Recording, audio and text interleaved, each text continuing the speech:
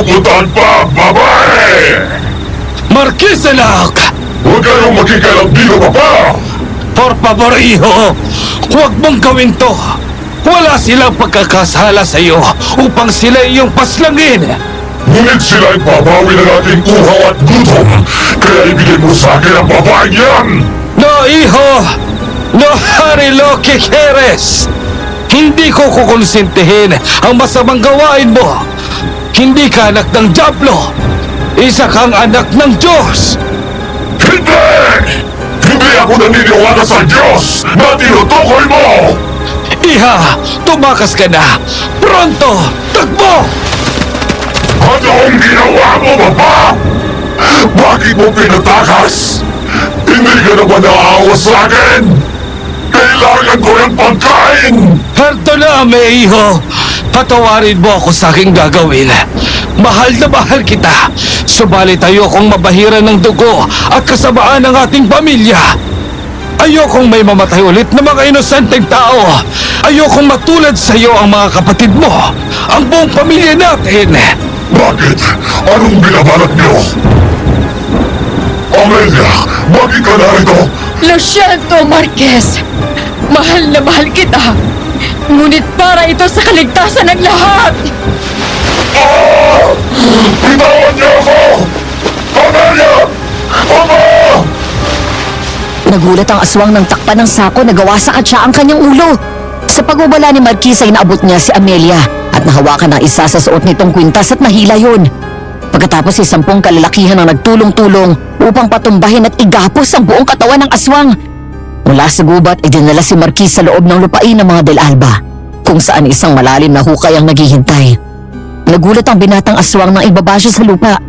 Nang alisin ang sako sa kanyang ulo, nakita niya na naroon ang kanyang ina na umiiyak, gayon din ang mga kapatid. Ano walang hiya kayo? Anong balak yung gawin sa akin? Patawarin mo kami, anak. Ngunit ito lamang ang tanging paraan para magwakas ng iyong kasamaan at para matahimik ang bayan na to. Baba! Wag! Baba! Socorro! Por favor! Mga! Ngayong gabi, na may bahid ng dugo ang buwan, magwawakas ang paghahasik mo ng lagim. Sa ngalan ng katahimikan at kapayapaan ng bayan na to, sa bawat dugong dumanak, sa pinagkait na buhay at sa bawat pagnaghoy, ang kasamaan ay malilipol. Ang walang hanggang uhaw at gutom ay hindi mapapawi. Sa ilalim ng lupa ay ika'y maghahari. Ang iyong tinig ay hindi maririnig. Mula sa gabing ito, ikaw na nagkasala sa batas ng tao at batas ng Diyos. Kamatayan ang sa'yo'y pinapataw. Isinusumpa kita, Amelia! Pinagtatandaan mo! Babalikan kita! 10 na niyong pamilya ay magbabayad sa akin! Tinalikuran mo ako! Isa kang traidor! Winal kita! Patawad, mahal ko. Sige na, ibalot mo siya sa tela na to at isilid ang kanyang ulo sa sako. Binusala ni Amelia ang bibig ni Marquis na hindi na makakilos dahil sa higpit ng makapal na lubid na nakagapos sa buong katawan niya. Lalong nagwala ang aswang ng ipitan ng krus na kahoy ang lubid at bumikit sa katawan niya. Pinagtulungan ng mga kalalakihan na ibalot siya sa kulay tsokolating tela mula ulo hanggang paa.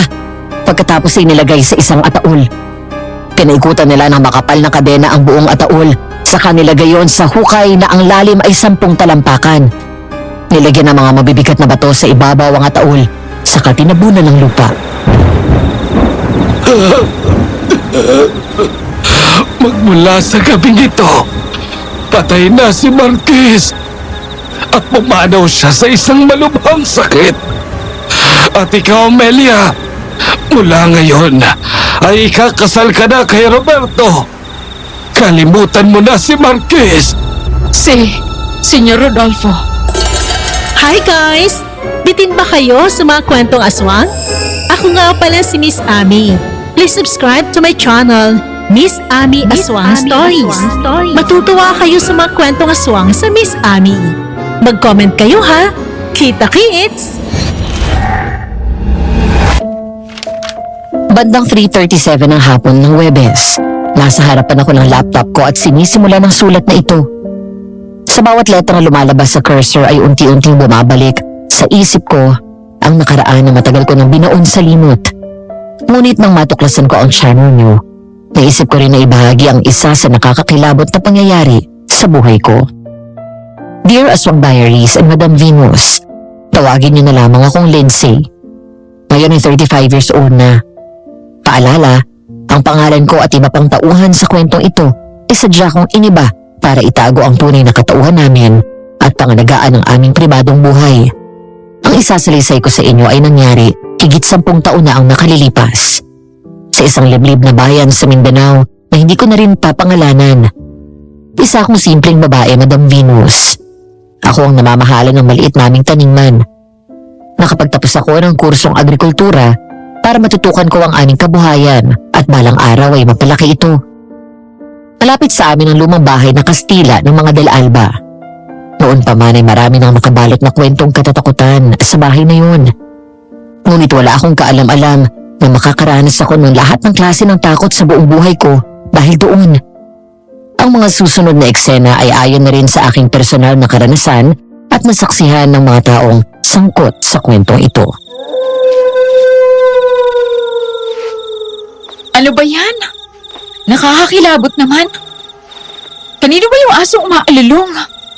Baga alas 7 pa lang Bilog pa naman ang buwan. Baka naman aso ni Kasendong. Siya nga pala, Lindsay. Darating bukas si Leon, yung inaanak ko at anak ni paring Mateo. Yung tropa ni Kuya? Anong gagawin ko? Abay, pakiharapan mo ng maayos para naman magkasundo kayo.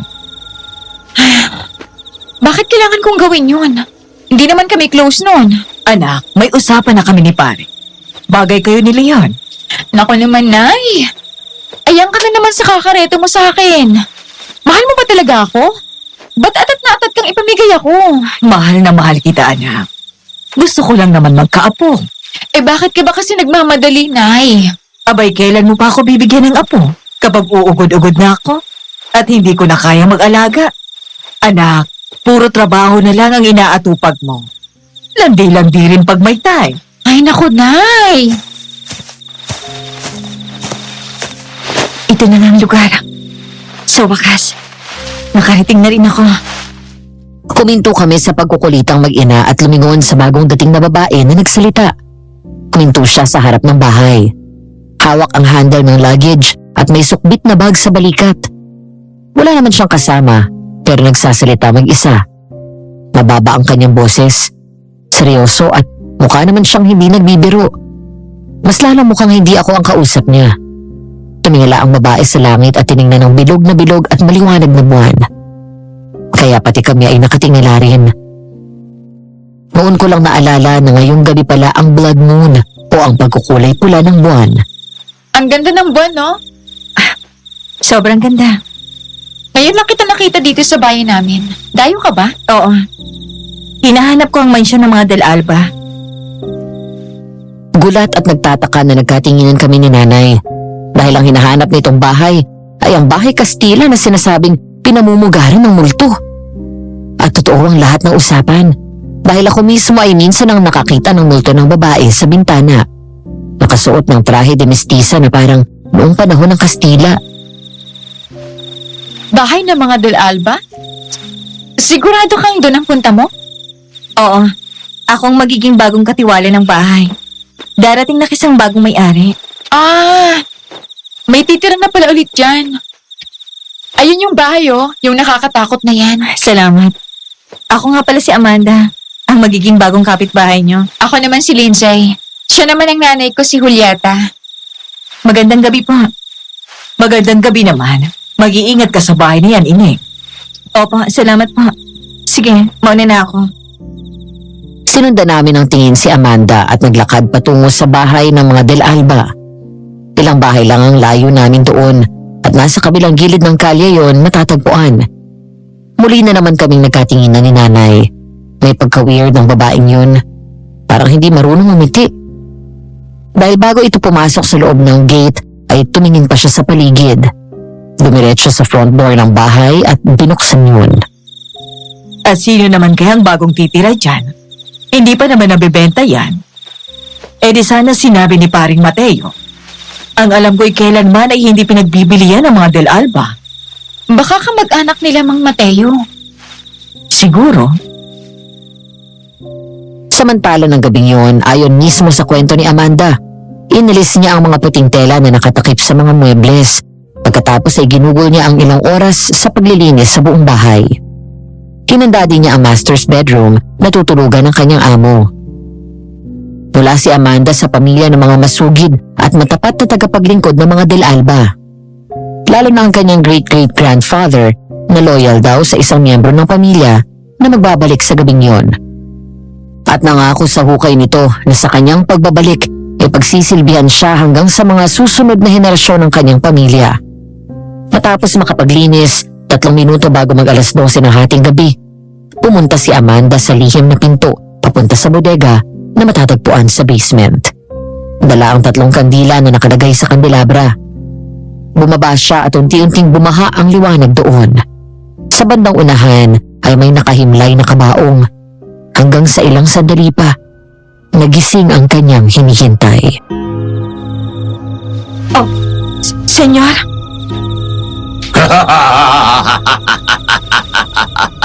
Sa wakas! Maligayang pagbabalik po, Senyor Marquis. Dumating na ang panahon ng aking paghihiganti. Ako po si Amanda, ang magsisilbi sa inyo mula ngayon. Lumapit si Amanda at inalis ang nakabalot na katsa sa buong katawan nito. Saka pinutol ang makapal na lubid na nakagapos dito. Ang suot nito ay ang makalumang disenyo pa ng Amerikana.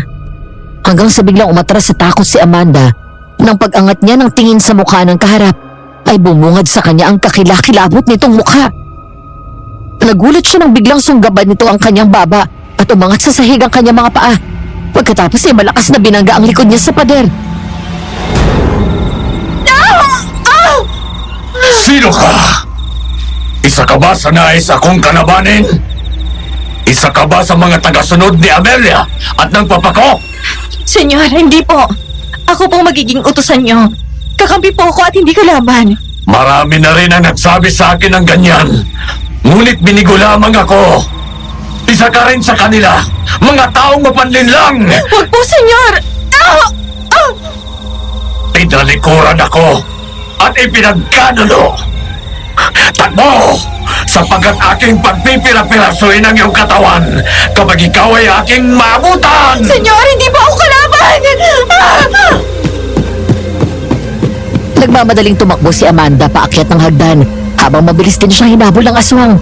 Dumiretso siya ng takbo paakyat sa ikalawang palapag. Ngunit kay bilis daw siyang naabutan ng aswang, sabay sunggab sa kanyang leeg at sinakal ng mahigpit. Senyor, wag po! Maniwala po kayo! Kakampi niyo ako! Hindi na ako maniniwala sa kahit anong kasinungalingan ninyo. Ang dapat sa mga gaya mo ay mamatay! Pagsisilbihan ko kayo ng buong puso. Senyor, lahat po ng nais niyo ay gagawin ko. Gamitin niyo po ako hanggang sa nais niyo. Ito pong iniwan niyo sa dati niyong kanang kamay. Ninuno ko siya. Patunay ng katapatan ng aming pamilya sa inyo na sumagip sa kanyang buhay at nagbigay sa kanya ng yaman. Biglang binagsak ni Marquis si Amanda sa sahig. Napahawak siya sa leeg at umubo ng umubo. Kinuha ng aswang ang kwintas na pinakita niya. Maya-maya ay marahan itong tumawa at tinignan si Amanda. Takot na sumiksik siya sa sulok ng pader. Na naupo ang aswang sa harap niya at hinaplos ang kanyang buhok.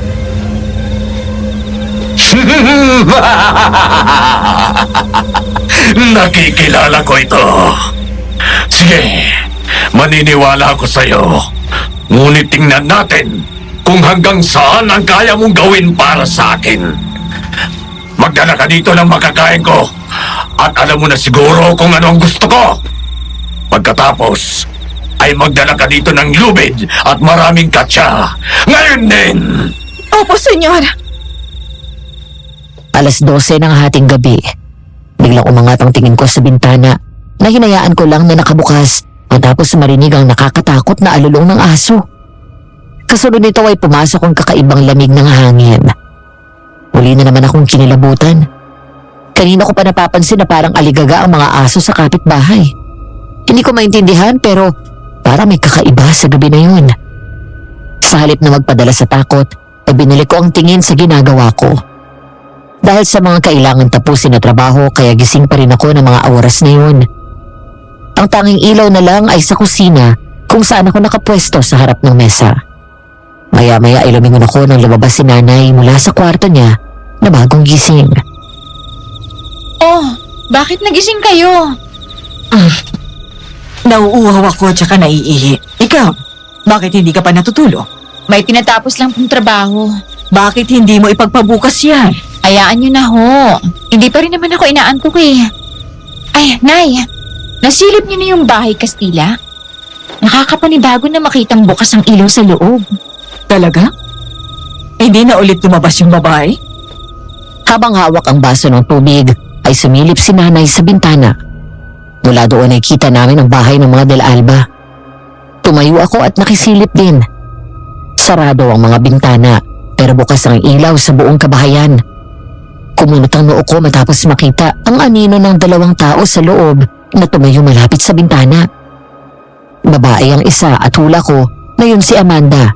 Pero may kaharap ito na mukhang lalaki at mas matangkad di hamak sa kanya. Lalo akong nagtaka nang tila lumuhod ang babae.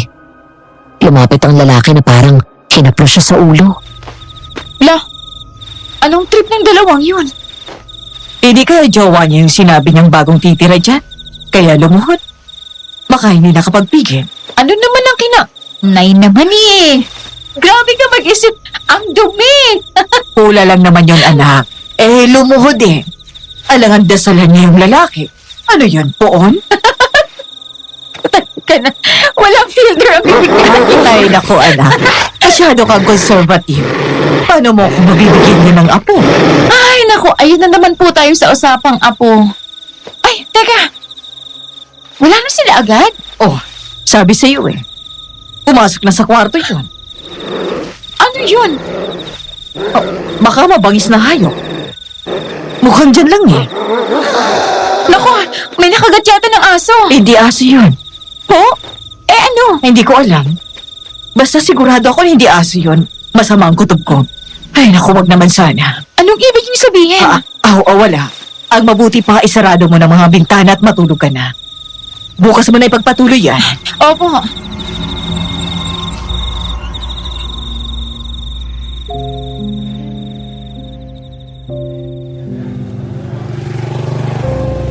Habang pinanonood ko na kinakarga ang mga gulay sa jeep, inabot sa akin ng customer ang kanyang bayad.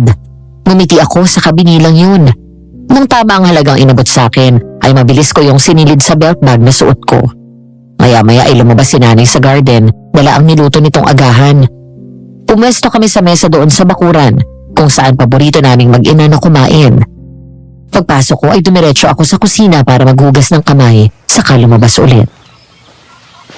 Lindsay, anak. Halika na dito at kumain ka na ng almusal. 7:00 pa lang pero kanina kapag madaling araw lumalagari ng trabaho. Wow! Dilis at itlog na maalat! Makapagkamay nga. Na-delay ng dating yung customer na eh. Na-flat daw yung gulong ng jeep kaya nagpalit pa sila. Kumain ka ng kumain, anak. Lalo na't napuyat ka na naman. Ninang, Ay, Leon! Ang inaanak ko! Natigilan ako sa pagsubo ng kanin at ulam nang dumating si Leon.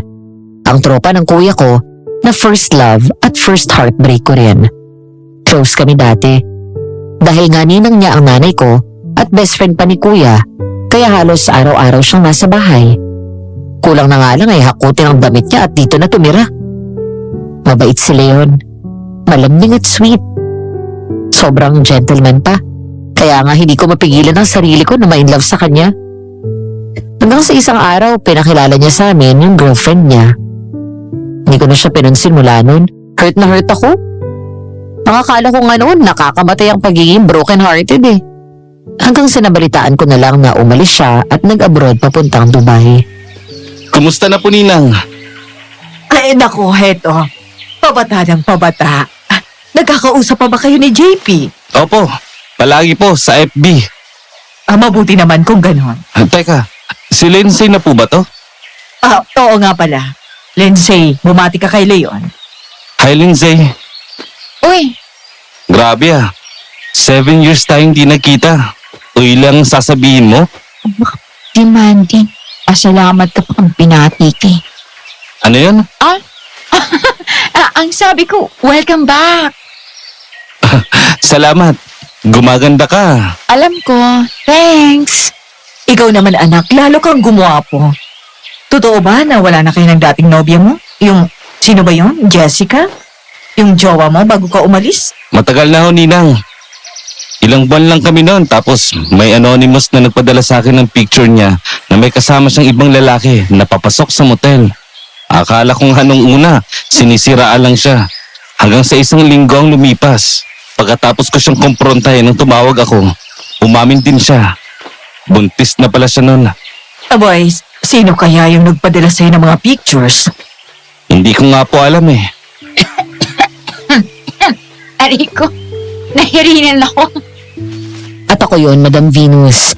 Ako ang malditang sumira sa relasyon nila dahil huling-huli ko ng magagandang mata ko na lumalandi ang Jessica na yun. Ganti ba dahil sinaktan nila ako pero sa kabilang banda, nakatulong na rin siguro dahil naipaalam ko sa kanya ng maaga ang kalokohan ng babaeng yun. Pero kahit kailan hindi ako nagpakilala na ako yung nagpadala ng mga pictures. Kung ganun wala ka bang nobya ngayon? Wala po eh. At saka, nabanggit ni tatay ang tungkol sa usapan niyo. Uy, talaga? Gusto mo? Wala naman po ako nakikitang masama. Single naman po kami pareho ni Lindsay. Ano yun? Ba't ako nasama sa usapan yun? Nananahimik ako rito Anak, sige na, subukan mo lang. Nay naman Ano naman ang masama? Dati mo namang crush itong si Leon, hindi ba? Nay! Talaga? Crush mo ko? Ewan ko! Tanong mo sa nuno!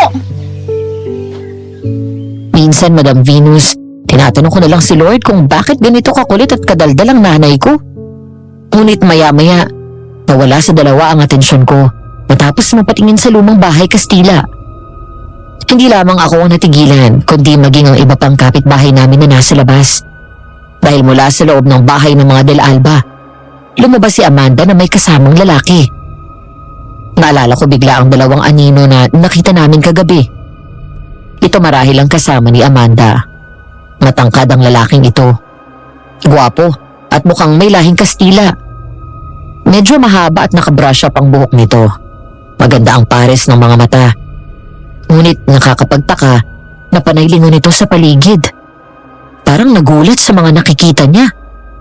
Habang si Amanda naman ay tahimik na sumasabay sa paglalakad nito. Yun ba yung bagong may-ari ng bahay? Ang pogi! Beth! Huwag mong tingnan. Baka mamagang mata mo. Hoy, ano ba? Huwag mo ang takpan ng mata ko! Saan ko ba nakitang lalaking niya? Pamilyar Nawala sa misteryosong lalaki na kasama ni Amanda ang tingin namin nang marinig namin ang malakas na palahaw na iyak ng kapitbahay namin. Dahil natural na tsismosa, lahat kami ay napasilip sa labas. Naroon sa harap ng isang bahay nakaparada ang police car habang kausap ni Aling Edang ang dalawang pulis. Maya-maya ay lumapit sa amin si Mang Mateo, ang tatay ni Leon. Pare, anong nangyari kay Edang? Abay, nawawala daw yung asawa. Sino? Yung kinakasama niyang 28 years old? Oo, yun nga eh. Abay, narinig daw nilang sumigaw tapos nung lumabas sila, wala na yung lalaki. Bumili lang daw yun ng beer kagabi, tapos hindi na bumalik. Sumigaw? May narinig din kaming sumigaw ni nanay pasado 12:00. Siya pala yun? Sige. Maiwan ko muna kayo at may gagawin pa ako sa loob. Nay! Okay ka lang? Nay! Lumipas ang ilang araw. Ang kaso ng mga nawawalang tao sa bayan namin ay nadagdagan pa. Ngayon 3 na. Ang isa ay taga-kabilang barangay at ang isa naman ay taga-roon lang din sa amin. Gaya ng narinig namin, ayon sa kanila ay nakarinig daw sila ng angil na parang mabangis na hayop. At ang huling insidente ng nawawalang biktima ay nakuha ng CCTV mula sa kapitbahay. Hindi kita ang mukha, pero nakabahabang damit na kulay brown at may nakapatong na hood sa ulo. Mabilis kumilos at tumakbo kaya madaling nakuha nito ang babae. Halos 2 linggo na rin ang lumipas mula ng huling beses na may nawala. Akala ko, safe na ang lumabas kaya naman umattend ako sa birthday ng kaibigan ko. Hindi naman pumayag si Nani, umalis ako na mag-isa at pilit pinasamahan ako kay Leon.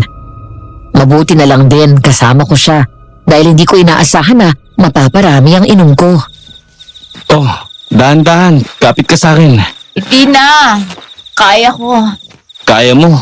Hindi ka na nga makalakad ng tuwid. Hoy! Sabi mo bang lasing ako? Ha? Hindi ah. Kung bakit naman kasi bumalik-balik pa? Uy, Lindsay. Talaga bang ayaw mong pagbigyan sila nanay? Ayaw mo bang magpakasal sa akin? Umuwi nga ako para dun eh. Sinong niloko mo?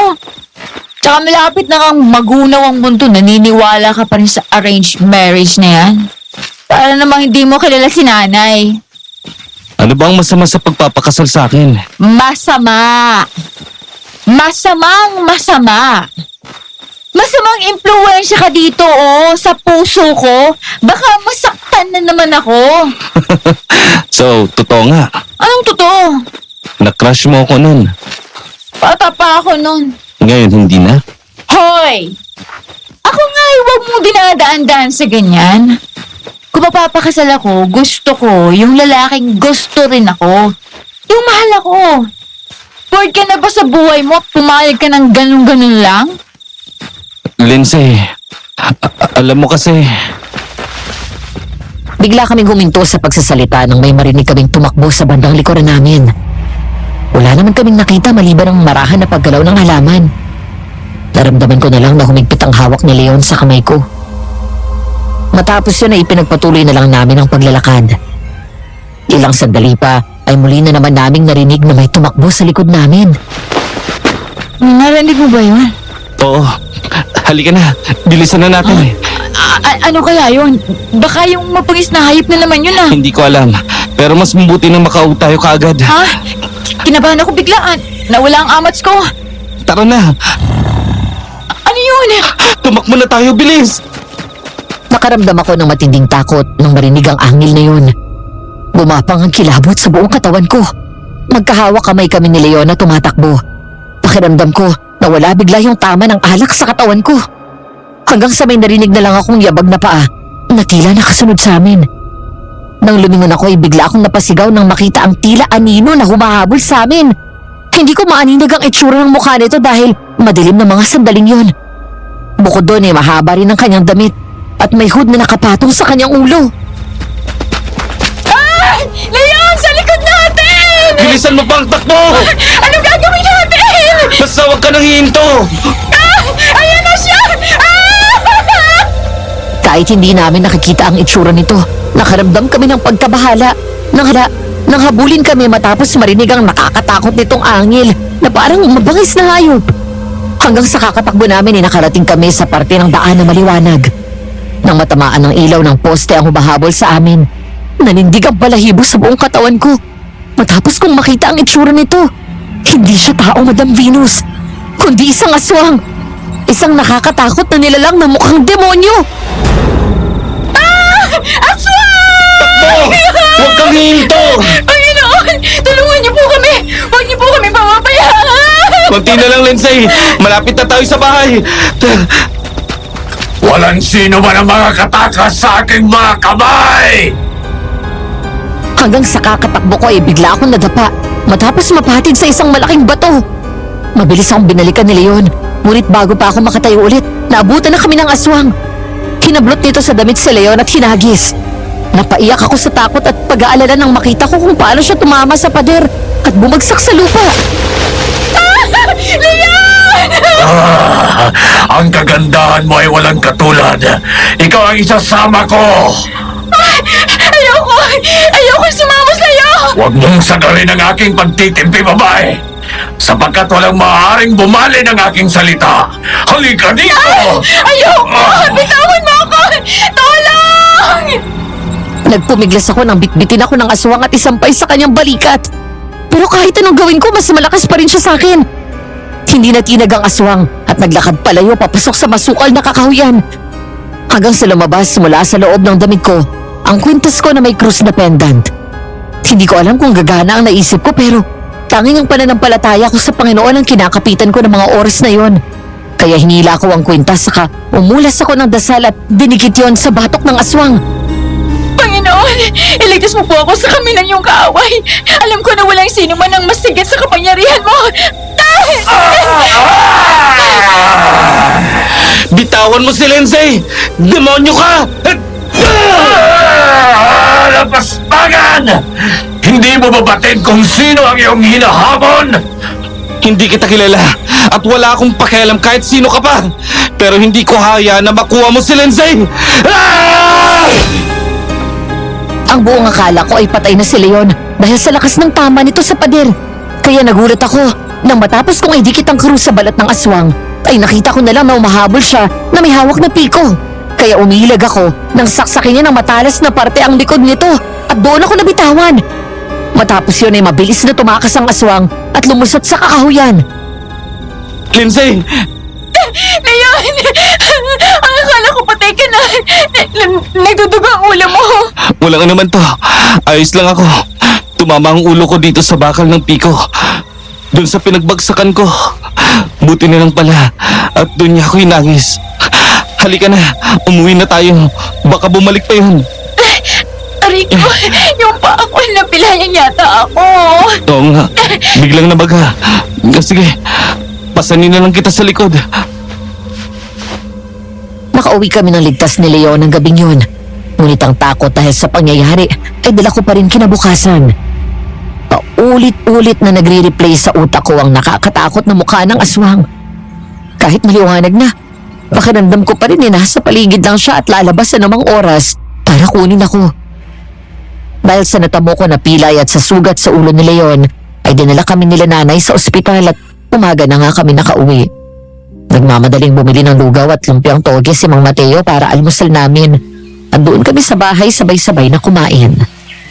Natawag ko na pala kay Kapitan ang nangyari sa'yo. Maya-maya ay pupunta na sila rito, kasama ang mga pulis. Anak, ano ba talagang nakita mo?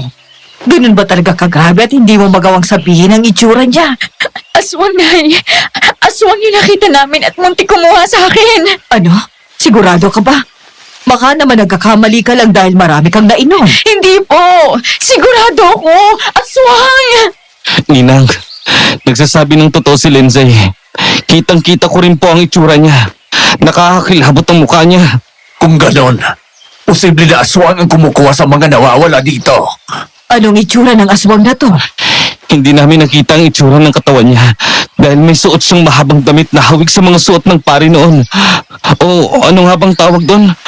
Ayun, praile. Mga praile. Katulad doon ang suot niya. Pero may hood. Kaya ang nakita lang namin yung mukha niya. Yung mukha niya, Ninang. Parang malapit na maging bungo. Alam niyo yung parang bangkay na matagal nang nakalibing pero may kunti pa ring laman. Doon sa mga pisngi niya. Luwang malaking mga mata niya. Dilaw at nanlilisik na parang galit na galit siya sa mundo. Tapos ang ngipin niya, parang gaya sa pirana. Mahaba rin na makuko niya sa kamay. Hindi nyo ba naaninag ang balat niya? Nakita ko, Nay. Inalis ko yung tumatakip sa ulo niya nang idikit ko yung pendant ko na krus sa batok niya. Para pa nga siyang napasok eh. Pero matigas yung balat niya gaya sa kalabaw. Tapos parang tuyot na naaagnas. Para talaga siyang buhay na bangkay na umahon sa hukay. Panginoon ko. Nakakatakot, Nay. Sobra. Nakita ko na kung saan ang itsura niya. Hindi ko lang doon sa baul na luma, Nay. Di ba may nakita tayong drawing dyan sa lumang baul? Nasabi mo'y gumawa isa sa mga ninuno mo? Oo. Alam ko ang tinutukoy mo. Sandali at kukunin ko. Nagmamadaling tumayo si nanay at lumapit sa baul na sinasabi ko. Inalis niya ang sapin sa ibabaw at binuksan yun. Maya-maya ay may dala na itong lumang notebook. Mula pa yon sa mga ninuno ni nanay na ayon sa kanya ay totoong nakakita ng aswang noon pa daw panahon ng mga Kastila. Ito ba? Yan! Yan po ang itsura ng mukha ng aswang kagabi. Ganyan! Leon, totoo ba ang sinasabi ni Lindsay? Opo, Itay.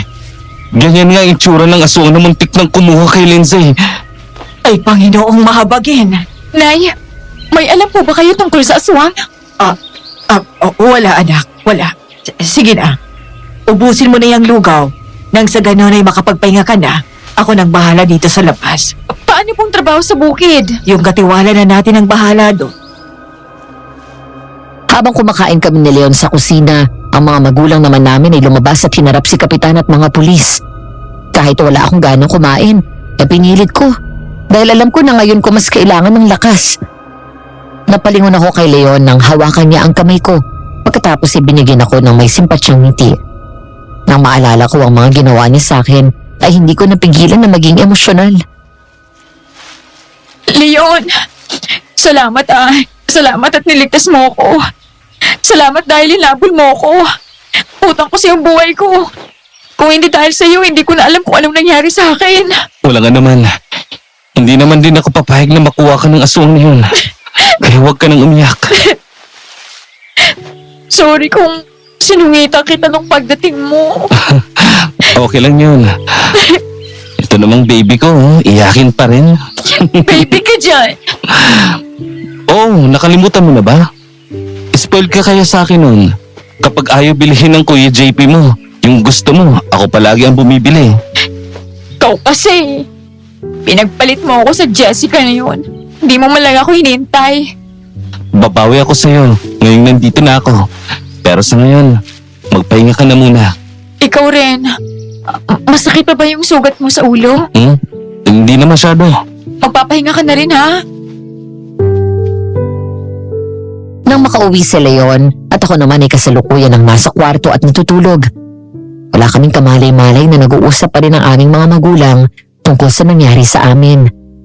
Ang kwento ni nanay sa akin, nag-aalala na tinignan niya ulit ang drawing ng aswang sa lumang notebook.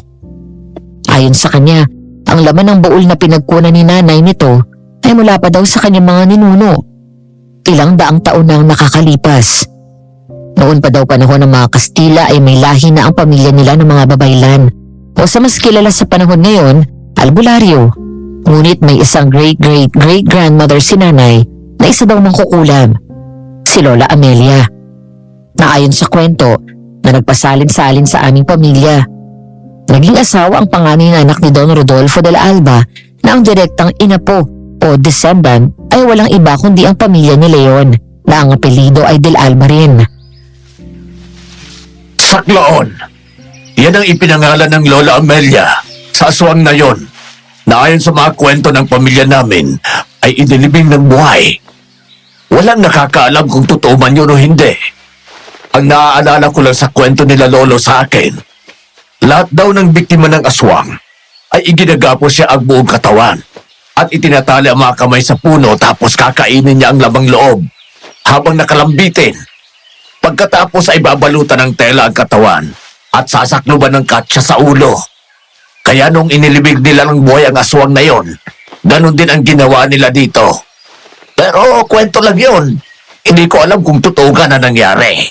Pero base sa kwento ng mga bata, ganito daw ang nakita nila gaya sa larawan. Kilala natin sila. Hindi yan gagawa ng kwento lalo na't nanganib ang buhay nila. Ikaw pare, del Alba kayo. Bukod sa sinabi mo, wala ka na bang ibang alam tungkol sa aswang? Ang naaalala ko lang sa kwento ng lolo ko, may isang anak daw si Don Rodolfo na namatay mula sa malubha at nakakahawang sakit. Si Marquez del Alba. Pero walang makapagturo kung saan ito inilibing. Ayon pa sa kwento o chismis noon sa pamilya namin, siya daw ang aswang pero wala namang konkretong ebidensya. At sakaling totoo man, 300 taon na nang mangyari yon. Imposible! Pero paano mo maipaliliwanag ang nakita ng mga bata? Ay, hindi ko alam, Mare. Kahit ako, hindi ko na rin alam ang iisipin ko. Masyadong maraming hiwaga ang bumabalot sa mga ninuno namin. Gayon din sa ninuno nyo na si Lola Amelia. Pero ang mas mahalaga ngayon ay ang kaligtasan ng mga bata at ng mga tao dito sa baryo natin. Sana nga. Dahil mula ng huling kabilugan ng buwan, hindi na nawala ang takot ko. Kilala mo naman ako kapag kinabahan pare.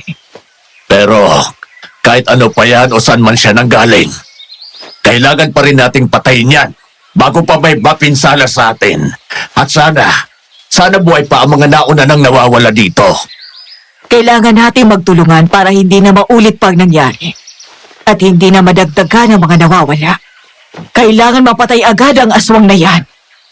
Kakausapin ko si Kapitan. Kung kinakailangan may magronda sa gabi, gagawin namin.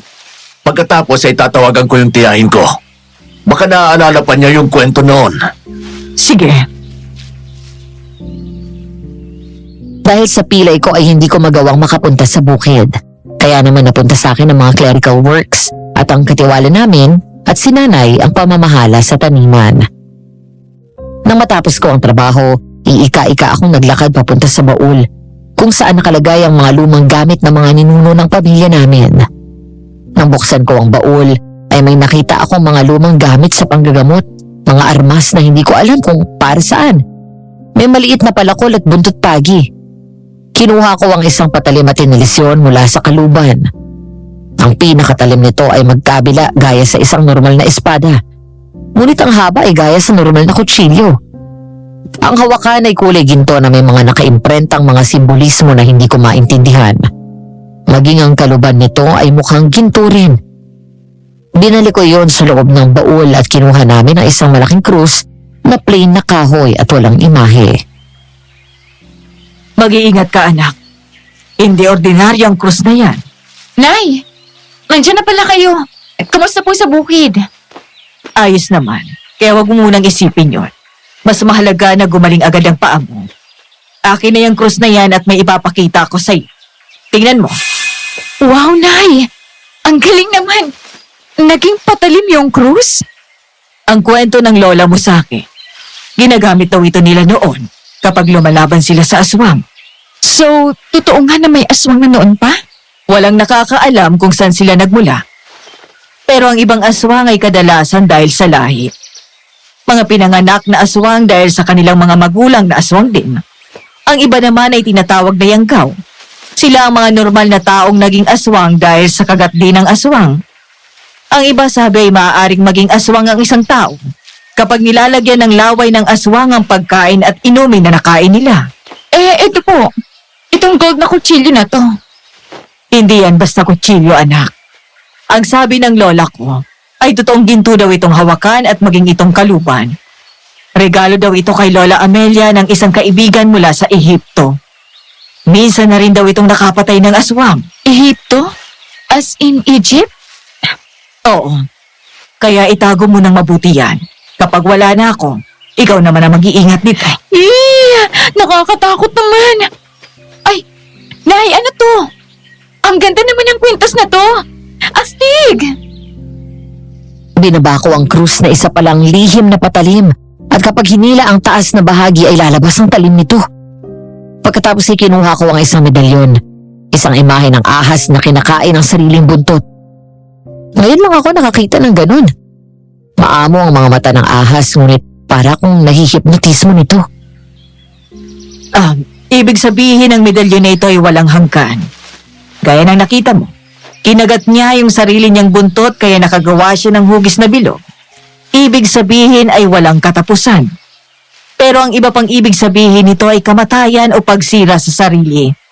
Dahil kinain niya ang sarili niyang buntot, masasaktan siya na maaari niyang ikamatay. Palagi itong suot ni Lola Amelia noon. Tingnan mo itong lumang photo album. Eto siya.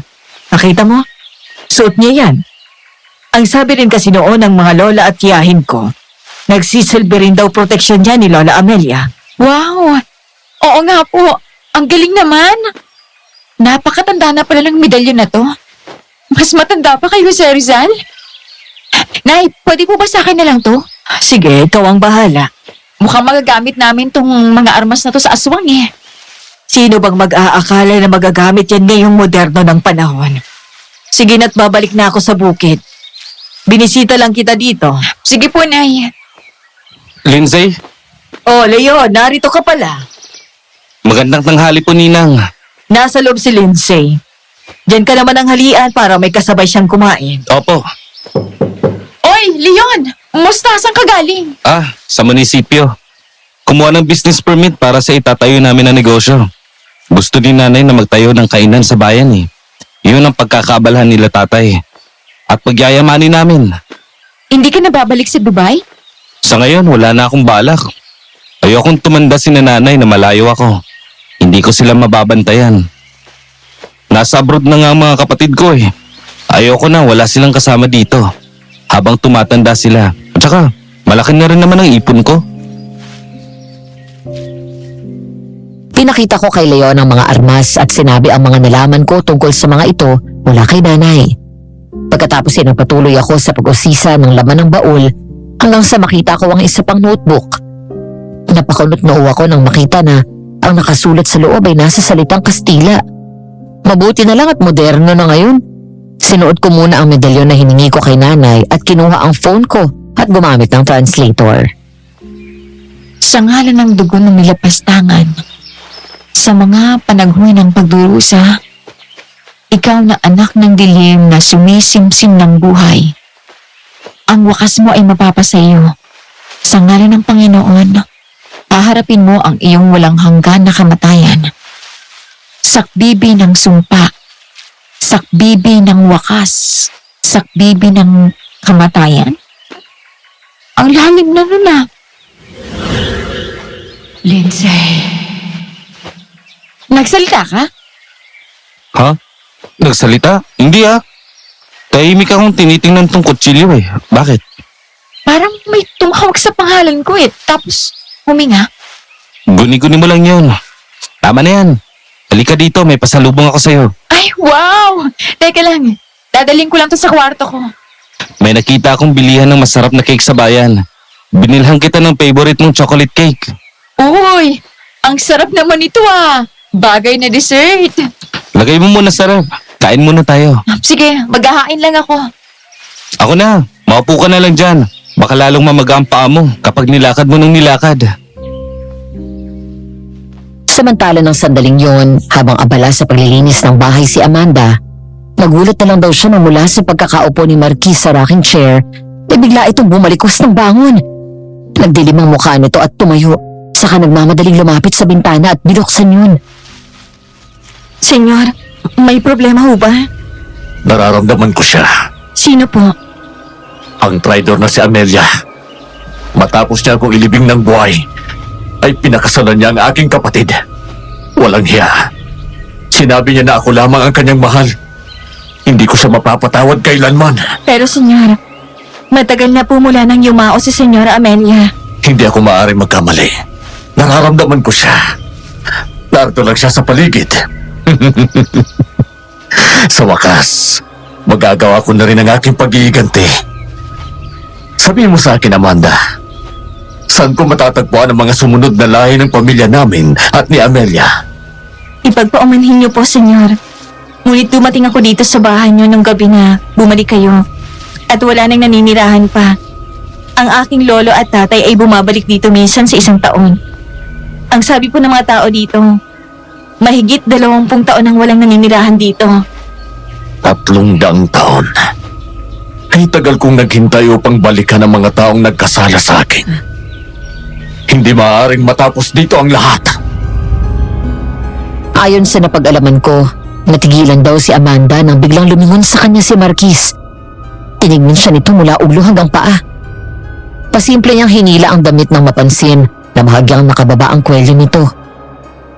Nanginginig man sa takot, hindi yun pinahalata ni Amanda at nanatili lang na nakatayo doon.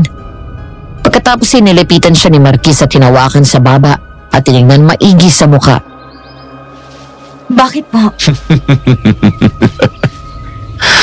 May angking kang kagandahan, babae. Magagamit kita. Sinabi mo sa akin na handa mo akong pagsilbihan, hindi ba? Opo, senyor.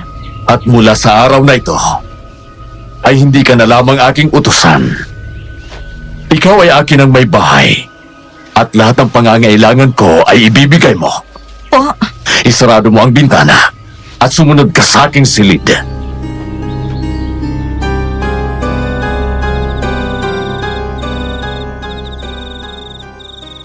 Kumikab ako matapos makaramdam ng antok. 11:00 na ng gabi sa mga oras na yun at naroon ako mag-isa sa bahay. Inabala ko na lang ang sarili ko sa panonood ng pelikula habang nagpapalipas ng oras. Kailangan kasi ni nanay na pumunta sa bahay ng tita ko na ang layo ng biyahe mula doon sa amin ay 3 oras. Nagkaroon ng emergency nang isugod sa ospital si Lola. Ang nanay niya, matapos atakihin sa puso. Gustuhin ko man sumama ay nagpaiwan na lang ako dahil alam ko naman na wala akong maitutulong doon dahil sa kalagayan ng paa ko. Nang wala na akong masumpungan na panoorin, ay pinatay ko na lang ang TV nang mag-ring ang phone ko. Hello, Nay? Musta na po dyan? Si Lola. Nasa maayos na kalagayan ng lola mo at nagpapahinga na. Mabuti na lang at naagapan. At naisugod agad ng tita Henny mo. Ako munang magbabantay sa kanya dito sa ospital ngayong gabi. Bukas uuwi ako sa bahay ng tita mo para din matulog. Mukhang maglalagi ako dito ng ilang araw para may kapalitan ng tita mo sa pagbabantay. Sige, Nay. Huwag niyo akong alalahanin dito. Nakakakilos naman na ako kahit papano. Tinawagan ko na si Leon. Ang sabi ko'y samahan ka dyan habang wala ako. Naku, nakakahiya naman kila Mang Mateo. Maabal na naman si Leon. Hindi yan. Siya nga ang nagpresenta na pasamahan ka dyan, anak. Delikado ngayon dyan sa atin. Hindi ako mapapanatag dito na hayaan kang mag-isa. Kung hindi lang sa kalagayan ng lola mo, hindi ako aalis. Lindsay? Ay, ayun na si Leon. Sige, mag-iingat kayo, ha? Diyan mo na patulugin si Leon sa kwarto mo. Magtabi na kayo. Naku, Nay. Ayan ka na naman sa mga paraan mo. Anak, kapag kinasal kayo, magtatabi rin kayo. Seryoso talaga siya, oh. Sige na, anak. Bye. Ay, ang nanay ko na ubod ng kulit. Pasok ka, Leon. Sinalubong ko ng ngiti si Leon nang buksan ko ang pinto. Tumalon ang puso ko nang gumanti siya ng ngiti sa akin. Aaminin ko, Madam Venus. Ang buong akala ko namatay na yung pagmamahal ko kay Leon. Pero mula nang bumalik siya at iligtas ako. Matapos kong masaksihan kung paano niya halos ibuwis ang sariling buhay at labanan ng aswang. Pakiramdam ko bumalik yung damdamin ko na akala ko tuluyan ko nang nakalimutan. Para tuloy gusto ko nang pumayag sa sinasabi nilang kasal. Kung totoo man yun, at hindi ako pinagtitripan lang ng nanay ko. Sorry, ngayon lang ako nakalipat dito. May tinapos pa ako tungkol sa plano na gagawin namin sa tindahan. Ah, wala yun. Ayos lang. Sige, matulog ka na. Dito na lang ako sa sopa pipwesto. Aha? Ang sabi ni nanay, doon ka daw matulog sa kwarto ko. Okay lang ba sa'yo? Oo naman. Walang problema. Kahit sa sahig na lang ako. Pwede naman sa... Ah! May babae! Isasarado ko na sana ang pinto nang magulat ako at nakita na may babaeng multo na nakatayo sa labas, sa gitna ng daan. Kahit hindi ko lapitan ay alam ko na hindi tao ang nakikita ko. At naalala ko ang babaeng ito. Siya ang multo na nakita ko noon sa may bintana ng bahay ng mga Del Alba. Nakasuot ng trahe de mestiza at diretsyo nakatingin sa akin ang babae. Lindsay, kailangan patayin mo siya. Patayin mo siya. Bakit? May multo! Saan? Nasa labas! Doon sa gitna ng kalsada! Sa sobrang takot ko ay bigla akong sinarado ang pinto sabay tago sa likod ni Leon. Sumilip naman siya sa bintana pero wala siyang nakitang babaeng multo. Ngunit nang dahan-dahan akong umalis sa likod niya para sumilip. Agad akong napasigaw nang biglang bumulaga doon ang mukha ng multo sa harap ko doon sa bintana. Leon! Nasa bintana yung multo nakatingin sa akin! Wala naman ah. Meron! Ayun siya! Nasa harap ko lang! Wala nga sabi eh. Pati ako kinikilabutan sa'yo. Ayun siya! Nawala na siya! Dito ka lang. Titingnan ko lang sa labas. Nanginginig pa rin ako sa takot nang tumingin ulit sa bintana at nakitang wala na doon ang multo. Pinaupo ako ni Leon sa sofa bago tuluyang lumabas ng bahay. Muli akong tumayo at sinilip siya sa bintana. Lumabas ito ng bakuran at tumingin sa kalye. Walang kahit anong bakas ng multo ang naroon. Papasok na si Leon sa bakuran nang mula sa kabilang gilid ng kalsada at makapal na halaman, lumabas ang isang pamilyar na nilalang. Ang kaninang takot sa multo ay mabilis na palitan ng pag-aalala at takot para sa kaligtasan ni Leon. Lalo na nang mabilis itong tumakbo palapit. Leon! Sa likod mo! Ang aswang! Nang biglang sumugod ang aswang, mabilis na nakaiwas si Leon. Tumungo siya at gumapang papunta sa kabilang direksyon. Pagkatapos ay sinipa ang aswang. Sumubsob ang aswang sa bakod ng bahay namin at doon ako nakita nito. Sa halip na balikan ay bigla itong tumalon papasok ng bakuran at naglakad papunta sa akin. Malapit na ito sa pinto nang biglang dumating si Leon at hinarang ang sarili sa pinto sabay sipa ng malakas dito. Huwag na huwag mong gagalawin si Lensay, demonyo ka! Lumayo ka! Amelia! Sa wakas, nakita na rin kita. Panahon na upang tayo magtuos. Hindi ako si Amelia! Leon! Wag! Itiwan mo siya! Matapos iharang ni Leon ang sarili at sipain ito, parang hindi natinag ang aswang. Bigla nitong sinunggaban sa braso ang binata at mariin na binao ng mahaba nitong kuko.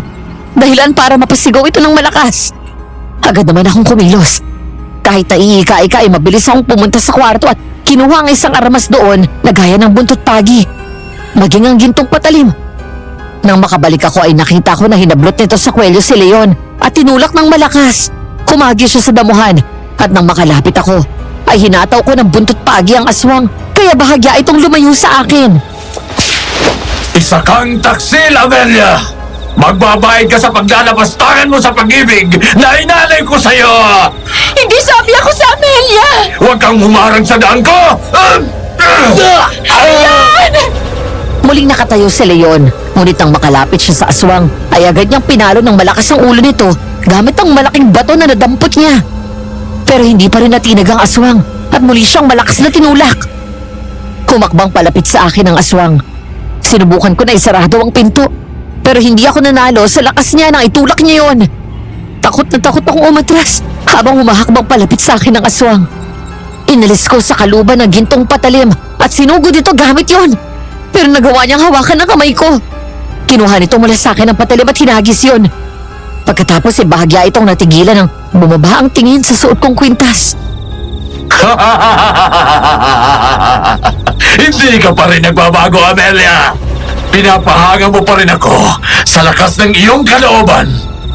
Ngunit ngayon ay sisiguraduhin ko na ikaw ang una kong dadalhin sa hukay! Matagal nang patay si Amelia! Ikaw man siya o hindi, ang mahalaga ay madala kita sa kamatayan! Si Raulo! Mamatay ka mag-isa mo! Hindi mo na ulit ako malinlig! Biglang dumating si Leon na may hawak na bolo. Sasaksakin na dapat niya ang aswang pero bigla itong humarap at sinunggaban sa legang binata. Sinakal sa may hawak sa kamay nitong may bolo.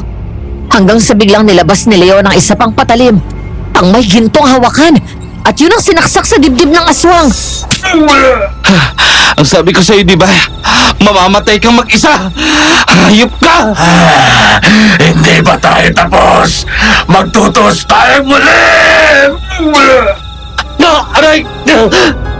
Malakas na tinabig ng aswang si Leon at binunot nito ang patalim na nakatusok sa kanyang dibdib. Pagkatapos ay tinapon ito at mabilis na tumakas. Agad kong sinarado ang pinto at nilapitan si Leon, saka inalalahayang tumayo. Takot na takot ako, pero mas lamang sa akin ang pag-aalala dahil sa mga natamo niyang sugat. May mga sugat ka! Pumunta tayo ng ospital! Hindi na. Ayos lang ako. Malayo sa bituka to. Marunong ka naman manggamot, di ba? Ikaw na lang gumamot sa akin. Oo, sige. Maupo ka.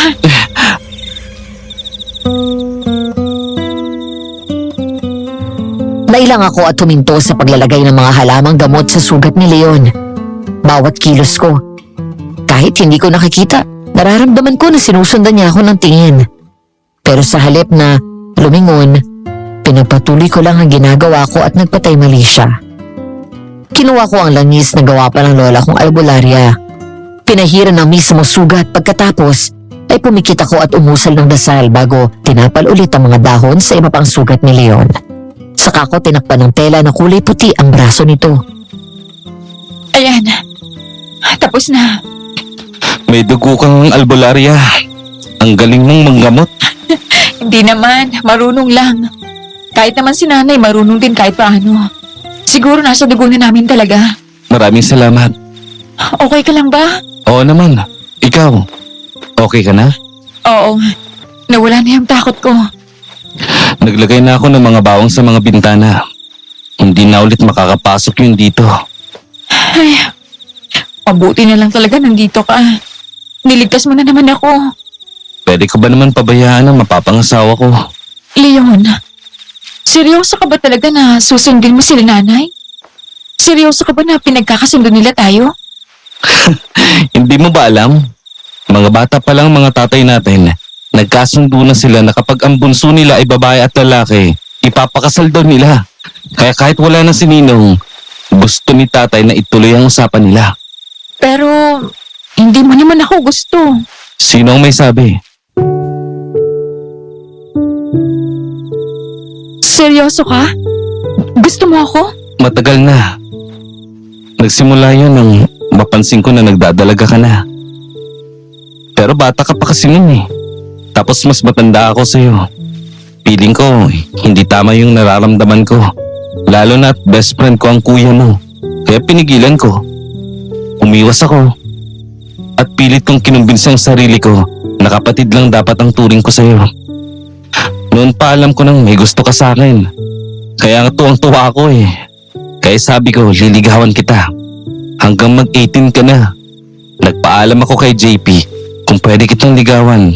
Kaya lang ayaw niya. Talo-talo na daw kami kapag pinatulang kita. Kaya napilitan akong umiwas na lang.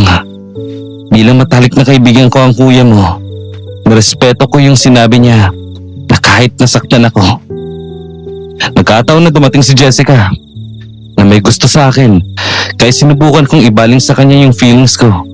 Ay naku, pukutusan ko yung si kuya eh. Hayaan mo na siya.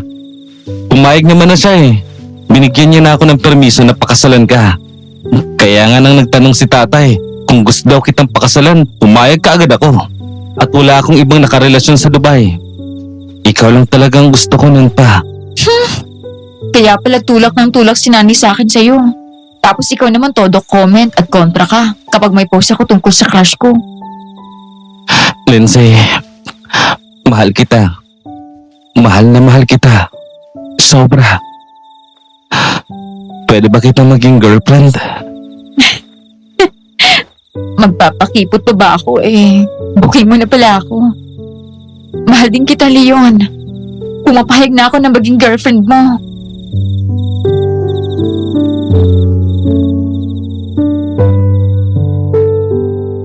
Hindi ko maipaliwanag ang sayang nararamdaman ko ng mga panahon na yun, Madam Venus. Biglang nawala ang takot at pag-aalala ko dahil sa aswang. Parang nakasakay sa ulap ang pakiramdam ko. Ang lalaking inakala ko na hanggang panaginip lang ako, ay heto. Mahal din pala ako. Matagal na. Kaya naman ang yakapin niya ako ay hindi na ako tumanggi. Kilig na kilig ang puso ko dahil paulit-ulit na binubulong ni Leon sa tenga ko ang katagang I love you. Masarap pala sa pakiramdam na iparamdam sa'yo ng boyfriend mo na mas mahal ka niya. Kaya naman ang halikan niya ako sa labi, hindi na ako tumanggi. Hindi ko akalain na magbibigay ng first kiss ko ay yung first love ko. Hindi kita bibiguin, Lindsay. Akong bahala sa'yo. Aalagaan kita. Pero, pwede ba na wag muna nating madaliin ang kasal? Gusto ko muna mag-enjoy tayo as mag-boyfriend. Gusto ko ulit na makilala ka dahil 7 taon kang nawala at hindi naman tayo nagkakausap masyado nung nasa Dubai ka. Kahit after 1 or 2 years, pwede na siguro tayo magpakasal. Sige, kung yun ang gusto mo. Kakausapin ko sina tatay at ninang. Kapag magaling na yung mga paa mo at tapos na ang gulo dito tungkol sa aswang, papasyal tayo. Magbabakasyon sa malayo ng ilang araw. Yung tayo ng dalawa. Talaga? Sige, gusto ko sa beach. E di sa beach. Kahit saan gusto ng baby ko. Pakis pa nga.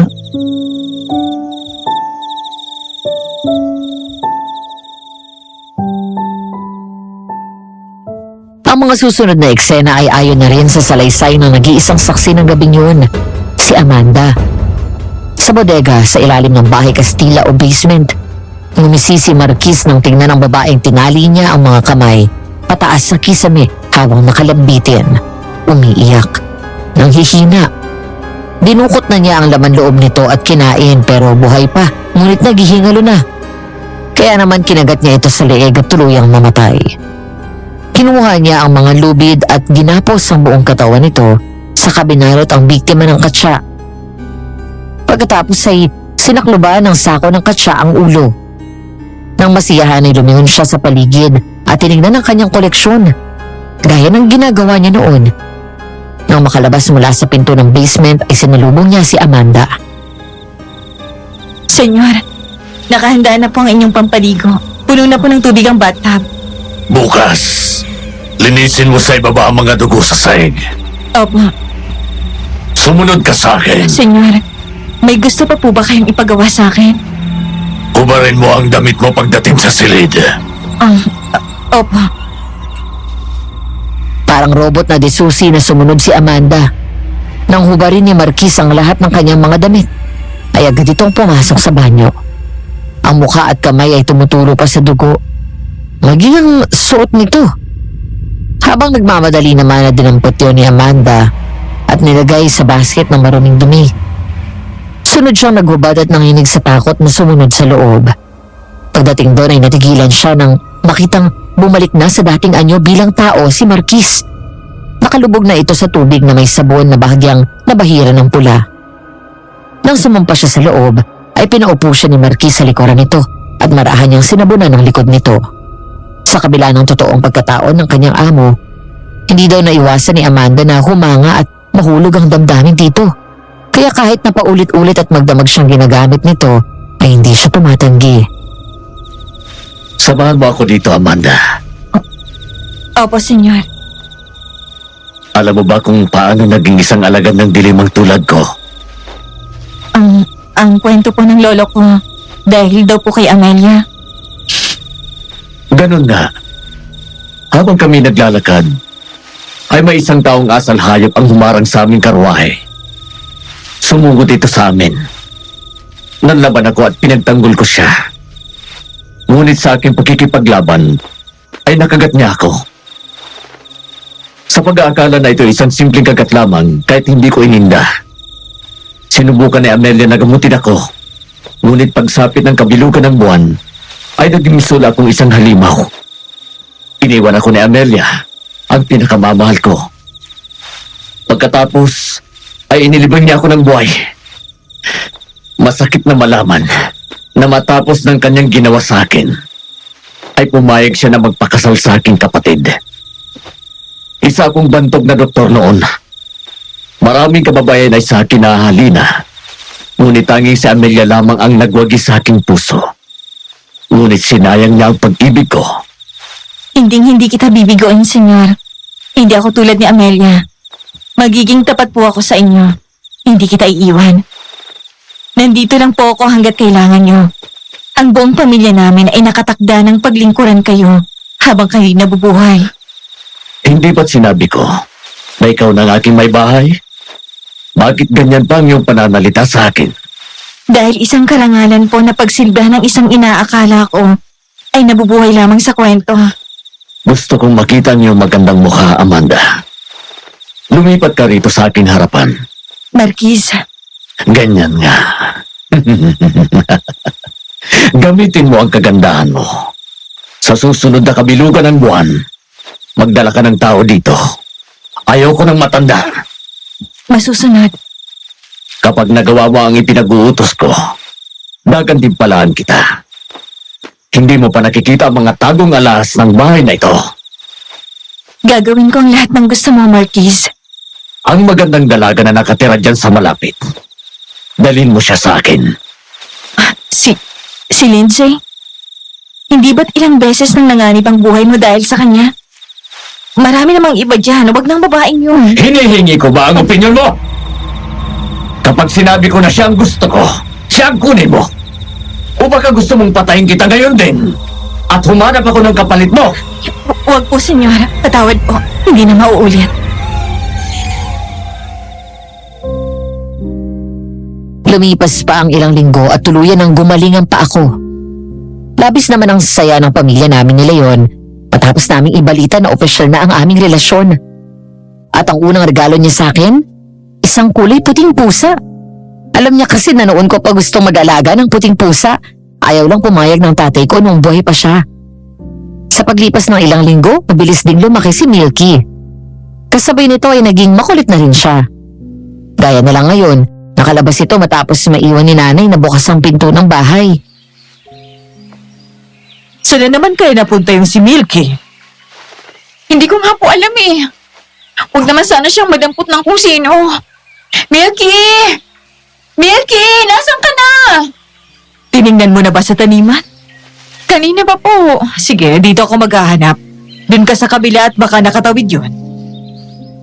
Tumawid ako sa kabila ng kalsada at tumaan sa tabi ng bakuran ng bahay Kastila ng mga Del Alba.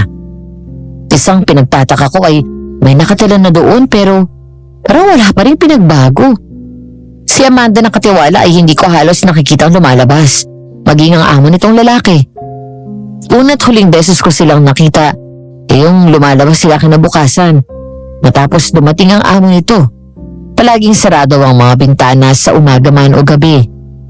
May mga chismis nga mga kapitbahay namin na baka daw higit na sa pagiging amo ang relasyon ng dalawa.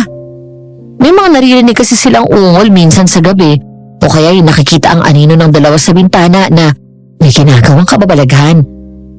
Nasa kalagitnaan na ako nang bigla akong matigilan nang makitang lumabas si Amanda sa isang pinto sa gilid ng bahay. Lindsay, anong ginagawa mo dyan? Nawawala yung pusa ko eh. Yung kulay puti. May napansin ka ba na naligaw rito? Wala eh. Ganun ba? Sige, dito muna ako at hahanapin ko. Good morning po, sir. Sino? Senyor, nariyan pala kayo. Habang magkausap kami ni Amanda ay napatingala ako at nakitang bukas ng konti ang bintana sa ikalawang palapag ng bahay at nakasilip ang amo nito. Magalang akong ngumiti at bahagyang yumuko. Matapos yun ay nagpaalam na rin kami kay Amanda at saka tumuloy sa paglalakad. Hanggang sa makarating ako sa kakahuyan sa likod ng malaking bahay. Milky! Nasaan ka na? Milky! Hello? Love, si Milky nawawala. Nandyan lang yun. Nasaan ka? Dito sa kakahuyan. Sa likod lang ng malaking bahay. Huwag kang lalayo ha. Nandyan lang yun si Milky. Baby pa yun. Kaya hindi yun makakalayo. Kapag hindi mo pa siya nahanap ng 10 minutes, umuwi ka na muna. Tapos sasamahan kita sa paghahanap. Pauwi na rin ako. Sige. May pasalubong ako sa iyong ice cream. Double Dutch. Wow! Sige love, ingat sa pagdadrive. Bye! Nakita ko na ang pusa. Ay, kambing! Ay, sir? Naku, hello po. Bigla ako umatras matapos magulat nang magsalita siya sa tapat ng tenga ko at makitang napakalapit sa akin ang amo ni Amanda. Nakaramdam ako ng takot nang makita ng malapitan ng kanyang mukha. Gwapo ito pero may iba sa kanyang mga mata na nagdadala ng kakaibang kilabot sa akin. At ramdam na ramdam ko ang paninindig ng balahibo ko. Nakita ko ang iyong hinahanap sa bandaron. Talaga po? Saan? May nasilayan akong pusang maputing balahibo. Naglalakad sa dakong yon. Marahil na yun ang iyong hinahanap. Sige po. Ipagpaumanhin mo ang aking kawalang-galang binibini. Ako nga pala si Marco. Marco Del Alba. Lindsay naman po. Ganyan ka ba talaga magsalita, sir? Napakalalim. Oo. Ito na kasi ang aking nakasanayan sapagkat sa ganitong pananalita kami pinalaki ng aking mga magulang. Bueno, halika na. Punta natin ang iyong alagang pusa. Sige po. Nawiwirdohan man ay sumama na ako sa kanya. Pinauna pa akong maglakad nito habang nasa likuran ko siya. Malapit na kami sa gate nang may marinig akong tunog ng pusa sa paligid. Agad akong huminto at tumingin. Hanggang sa lumapad ang ngiti ko nang makita si Milky na lumabas mula sa likod ng isang puno. Milky! Ako, nandiyan ka lang pala. Sir, ayun na po yung hinahanap ko. Oo nga. Huwag kang nasa mabuti siyang kalagayan. Oo nga po eh. Salamat naman. Lindsay? Tama? Opo. Maaari ba kitang maanya? Aray! Ay! Milky! Bakit ka nanalmud? Naku sir! Sorry po! Ganun na lang ang gulat namin ni Sir Marco nang bigla siyang talunan ni Milky, sabay kalmot sa kanya bago tumalon pabalik sa akin. Nang tumingin ako sa lalaki, nakita ko ang mahabang kalmot sa kanyang pisngi at liig. Maya-maya ay biglang nagbago ang reaksyon ng mukha ng lalaki at nanlaki ang mga mata na parang takot na takot. Tumingin ito ng direkta sa mata ni Milky at muli siyang angilan. Sige. Alis na ako. Sir, sorry po! Pasensya na po kayo! Naku, paano ba yan? Milky naman eh! Apakabalita mo! Nang gabing yun ay iniwan na naman ako ng nanay ko. Pero ngayon ay kasama niyang umalis ang parents ni Leon at nag-overnight sila sa beach kasama ang mga kaibigan nila. Kaya naman doon na ako natulog sa bahay nila kasama si Milky. Para na naman kaming nagbabahay-bahayan. Magkatulong kami sa pagluluto at siya ang naghuhugas ng mga pinggan. Parang gusto nang magbago ng isip ko. Tungkol saan? Parang gusto ko na magpakasal tayo sa lalong madaling panahon. Ang usapan hindi magmamadali eh. Joke lang. Alam ko naman yun. Ang ibig ko lang naman sabihin, excited na ako na tumira tayo sa iisang bubong. Ako rin naman eh. Pero darating tayo dyan, huwag ka magmadali. Paano ba yan? Solo na naman natin ang mundo ngayong gabi. Si Milky, tulog na sa bed niya. Hindi ba tayo manunood? Manunood naman pero ewan ko lang kung may maiintindihan tayo sa panonoorin natin. Loko ka talaga. Bilisan mo na dyan. Sandali. Ibaba muna natin yung kortina. Mabuti nila may mga nakasabit na rin pangontra dito, no? Hindi na tayo mag-aalala na baka sumugod na naman yung aswang. Oo. Gusto ni nanay na makasiguro na hindi na mauulit yung nangyari sa atin. Ano na kaya ang ginagawa ng mga... Ha? Si Amanda yun ah. Sino? Si Amanda. Ayun oh. Dahil sa lamin ng bintana ng bahay nila Leon, mula doon ay kitang-kita namin si Amanda. Binaba ko ang kurtina pero sumili pa rin kaming dalawa at pinanood ang nangyari. Nakita namin na may kausap itong lalaki. Nagtatawanan ng dalawa na parang hindi natatakot sa banta ng aswang. Nakaramdam ako ng pag-aalala para kay Amanda. Napatingala ako sa langit. Kabilugan na naman ang buwan.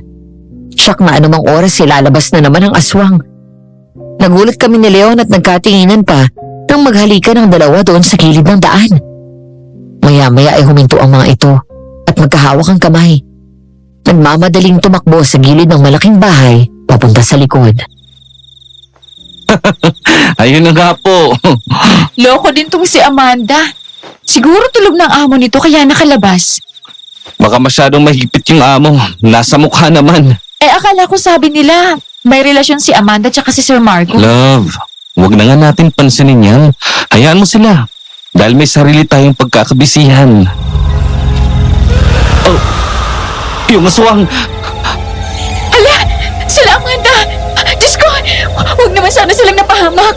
Tulungan kaya natin. Hindi pwede. Baka kapag lumabas tayo, mapahamak tayo ngayon. Ipagdasal na lang natin na sana'y makatakas sila. Sana nga. Ayun na naman ang multo ng babae. Bago ko ibaba ang bintana nanatili akong nakatingin sa kanya. May lungkot ang mga mata nito habang nakatingin sa akin na parang nanghihingi ng tulong. Hanggang sa unti-unti siyang nawala kasabay ng muling pagtahimik ng gabi. Hindi ko alam kung ano ang gusto niyang ipahiwatig. Sa kabila nito, dalangin ko naligtas si Amanda at ang lalaking kasama nito.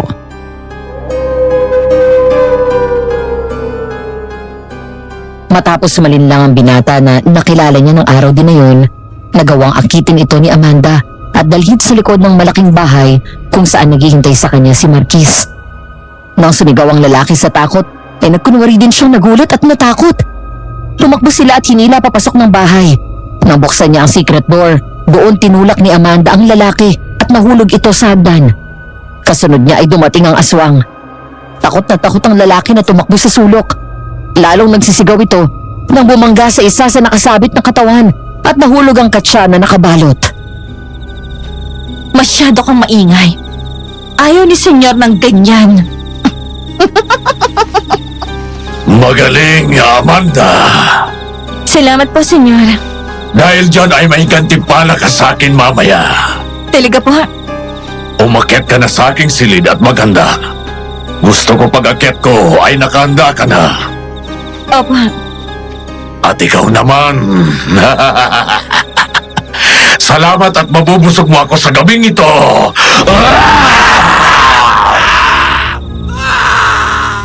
Sa halip na tuluyan umakyat ay huminto pa si Amanda sa hagdan at pinanood ang nangyari. Sinubukan ng lalaking tumakbo pero nahuli pa rin siya ng aswang. Hinablot sa kwelyo ng damit at kinaladkad. Pagkatapos ay ginapos ang buong katawan ng makapal na lubid at tinali ang mga kamay sa kisame sa kanilang bitin. Sabay punit ng damit nito. At sa ganong paraan, kinain ng aswang ang laman ng lalaki. Kitang-kita ni Amanda kung paano mawakwak ang katawan nito at dukutin ni Marquis ang laman sa loob. Sa halip na maawa at mandiri, ngumiti lang siya habang pinapanood na nasisiyahan ng aswang sa kanyang kinakain.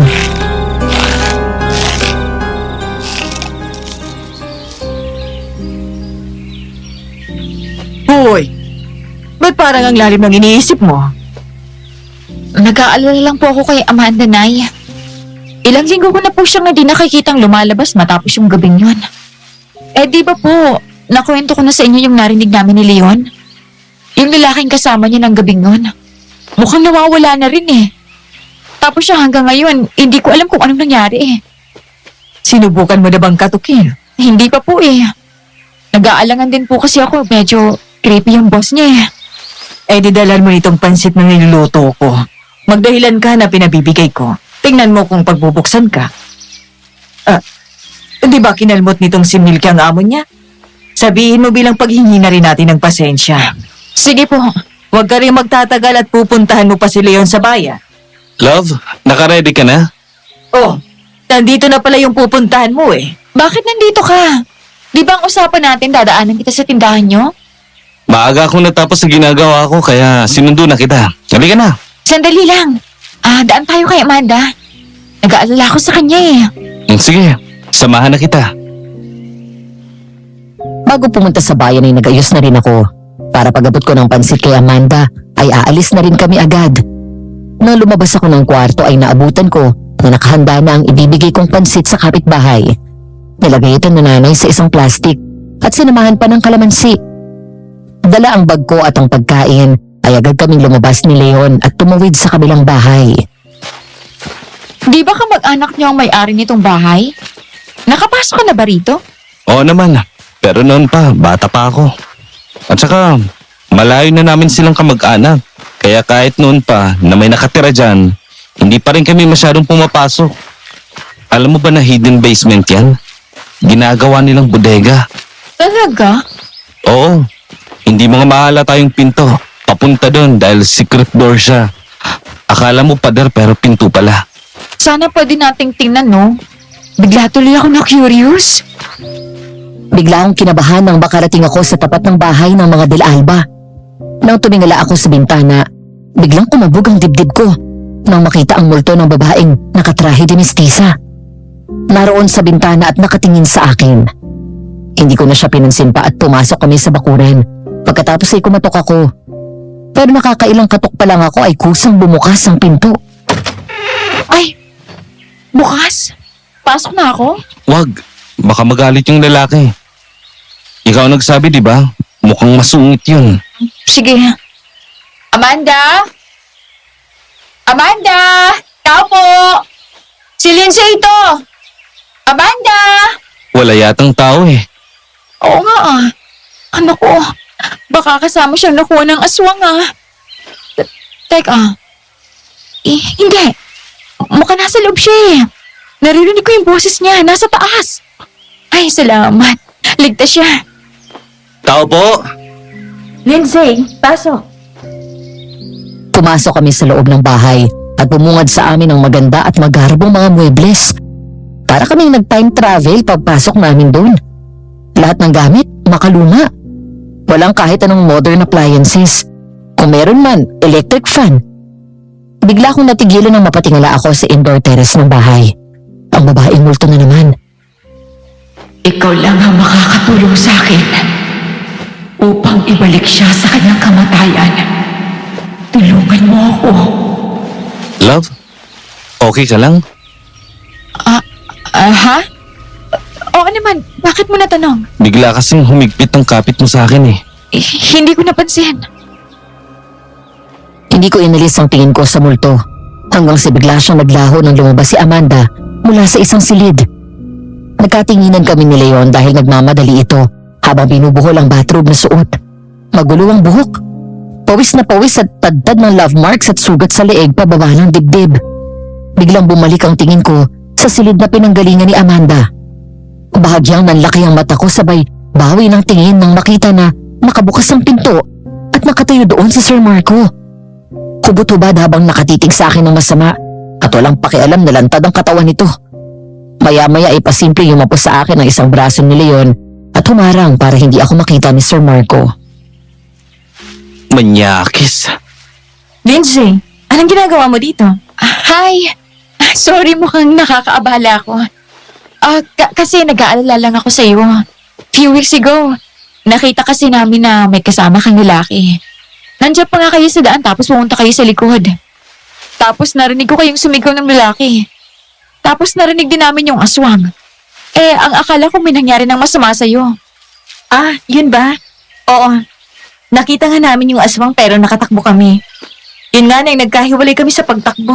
Buti na lang nakabalik agad ako dito. Yung kasama ko hindi ko alam kung ano nangyari sa kanya. Wala na ako narinig mula sa kanya eh. Sa chat ko lang naman nakilala yun. Kaya hindi ko alam kung paano magtatanong sa pamilya niya. Ganun ba? Pero ang mahalaga sa akin ay ligtas ka. Siya nga pala. Nagluto ng pansit si nanay. Pinabibigay niya. Wow, pansit. Pwede ko na bang kainin ngayon? Oo naman. Mas mabuti nga habang mainit pa. Para sa inyo ni Sir Marco yan bilang paghingi ko na rin ng pasensya sa kanya. Kasi kinalmot siya ni Milky. Nagkatinginan at nagtataka kami ni Leon nang mapansin na parang sabik na sabik ito. Sinalin agad ni Amanda ang pansit sa pinggan at pinigaan ng kalamansi. Pagkatapos ay parang ilang linggo na hindi kumain. Parang hindi nito inunguya yung pansit at sunod-sunod lang ang subo. Dahan-dahan. Baka mahirinan ka. Namiss ko to eh. Ang sarap. Amanda, napansin ko lang, nahulog ang katawan mo, namayat ka. Ayos ka lang ba? Oo naman. Tsaka hindi sa nang mihimasok ako pero iyang mga nasa liig mo. Obvious din naman na may relasyon kayo ni Sir Marco pero hindi ka ba niya sinasaktan? Hindi, mabait siya sa akin. Tsaka mag-asawa na kami ngayon. Mahal ko si Marco. Ganun ba? Oh, okay. Naisip ko kasi na baka inaabuso ka niya pero sabi mo nga ayos ka lang. Basta kung may kailangan ka, tawagin mo lang agad ako Salamat sa concern. Huwag kang mag-alala. Okay lang ako. Amanda, kaninong side ng mga Del Alba si Sir Marco? Doon sa isang anak ni Don Rodolfo. Si Senyor Marquis del Alba. Yung namatay daw sa sakit? Ang pagkakaalam ko, binata siya. May anak siya sa pagkabinata. Bakit mo na itanong? Kasi Del Alba rin kasi ako eh. Ang ninuno namin ay ang mag-asawang Roberto at Amelia Del Alba. Tapos si Lindsay naman, ina po ni Doña Amelia. Talaga? Ang galing naman. Siya nga. Nakakatuwa na makakilala na may pamilya pa pala ako. Ang buong akala ko ituloy na akong nag-iisa sa mundo. Magandang araw ho. Amanda, pagkatapos mo dyan, ay bumalik ka dito sa silid. Opo, senyor. Napatingala kami matapos magsalita ni Sir Marco. May suot na itong robe habang nakatanong sa amin. Hindi naman nagtagal ay bumalik na ulit ito sa silid. Kaya napunta na ulit kay Amanda ang atensyon namin at pinapanood siyang kumain. Biglang umangat ang tingin namin matapos marinig ang tunog ng pintong bumukas. Kumunot ang noo ko. Dahil ang pinto na sa unang tingin ay isang pader, ay ang secret door na kwento ni Leon. Mukhang narinig din ni Amanda at maging siya'y napalingon. Kasunod nito ay umilingasaw ang napakabahong amoy. Nagmamadali itong tumayo at sinarado yun. Ano bang amoy yun? Sorry pero grabe ang baho. Oo nga, ano ba yan? Ano kasi may patay na daga sa ibaba, hindi ko pa nalilinis? Sige. Amanda, alis na kami. Okay, sige. Salamat ulit sa pansit ha. May pagmamadali sa mga hakbang namin palabas ng bahay na yun. At iisa ang tumakbo sa isip namin ni Leon. Nang tuluyan kaming makalabas, ay narinig namin ang malakas na boses ni Sir Marco na tinawag si Amanda. Sa lubong ang kilay na lumingon si Leon sa bahay Kastila. Masama ang kutob ko, love. May hindi magandang nangyayari sa bahay na yan. Ako rin eh. Hindi lang yun. Nagpakita na naman sa akin yung babaeng multo dun sa loob kanina. Nasa second floor siya ng bahay. Ang weird ng Marco na yan. Si Amanda at ang amoy na yan. Hindi yung simpleng patay na dagalang. Kundi amoy ng naaagnas na bangkay. Dahil sa mga kakaibang napansin namin ni Leon sa malaking bahay, kay Amanda at kay Sir Marco, dagdag pa ang sinabi ng babaeng multo. Hindi na ako makapakali mula nun. At yun ay napansin ni nanay. Habang bumibili kami ni Leon ng mga malalaking kaldero at iba pang gamit sa kusina, ang isip ko ay naiwan kay Amanda. Hanggang sa makauwi ng bahay, ganun pa rin. Anak, bakit ba kanina ka pabalisa dyan? Oo nga, love. Iniisip mo pa rin ba yung sa malaking bahay? Hindi ko maiwasan eh. Nag-aalala ako para kay Amanda. Bakit ka mag-aalala doon? Di ba nga sabi niya, mag-asawa na sila? Oo nga, pero basta naaawa lang ako. Tsaka nay, nagpakita nga ulit sa akin yung multo eh. Biglang naputol ang pag-uusap namin nang biglang mahulog ng walang dahilan ang mga nakapatong na libro sa ibabaw ng baul. Kasabay nito ay napatayo kami at nakaramdam ng matinding takot nang biglang bubukas mag-isa ang baul. Sumiksik ako kay Leon nang lumamig ang hangin sa paligid. May kasama tayo dito, nararamdaman ko. Kasama? Ano po ang ibig niyong sabihin? Ibalik mo siya sa hukay. Sunugin mo ang aswang. Multo! Napasigaw kami ng malakas nang biglang sumulpot ang babaeng multo. Maliban kay nanay na nararamdaman lang siya, ngayon ay maging sa Leon nakikita na ito. Sumiksi kaming dalawa sa sulok ng sofa na nanginginig sa takot. Naglakad ang multo papunta sa baul at tinuro ang loob nito. Sa kabila ng takot ko ay tumayo ako at lumapit sa baul, kaya nagkatinginan kaming tatlo. Kinuha ko ang isang lumang-luma na photo album at binuklat yun. Hindi kita nakikita, ngunit nararamdaman kita. Magpakilala ka. Tinuro niya po ito, Nay. Anong pangalan mo? Nay, tinuro niya itong babaeng to sa picture. Ha? Si Amelia? Ikaw si Amelia? Ang ninuno namin na mangkukulam at dating kasintahan ni Marquis del Alba? Ang napapabalitang aswang na anak ni Don Rodolfo del Alba? Na nilibing niyo ng buhay? Ang akala ko namatay siya sa sakit. Yun lamang ang pinalabas nila sa tao dahil natatakot silang kuyugin ng taong bayan noon. Mayaman at kilala si Don Rodolfo. May mataas na posisyon sa lipunan. Tinitingala at ginagalang ng mga tao. Maging ang mga nasa gobyerno ng panahon ng mga Kastila. Kaibigan at malalapit sa mga praile. Si Senyor Marquis naman ay isang magaling na doktor at magandang reputasyon hanggang sa maging aswang siya. Lahat ng kanyang nagiging pasyente ay pinapaslang niya dahil marami na siyang napatay noon at kahit anong subok ng mga tao na patayin siya ay hindi sila nagtatagumpay. Kaya naman naisip nila ni Don Rodolfo na ilibing ito ng buhay. Sinumpa ni Amelia na habang buhay itong maihimlay sa ilalim ng lupa. Pero mukhang nakontra ni Marquis ang sumpa niya dahil kasama niyang nailibing ang kwintas ni Amelia na gaya ng suot mo, anak. Nangako itong magbabalik upang magigante sa buong pamilya ng mga Del Alba at ni Amelia. Kung ganun, kasama tayo sa mga paghihigantihan niya?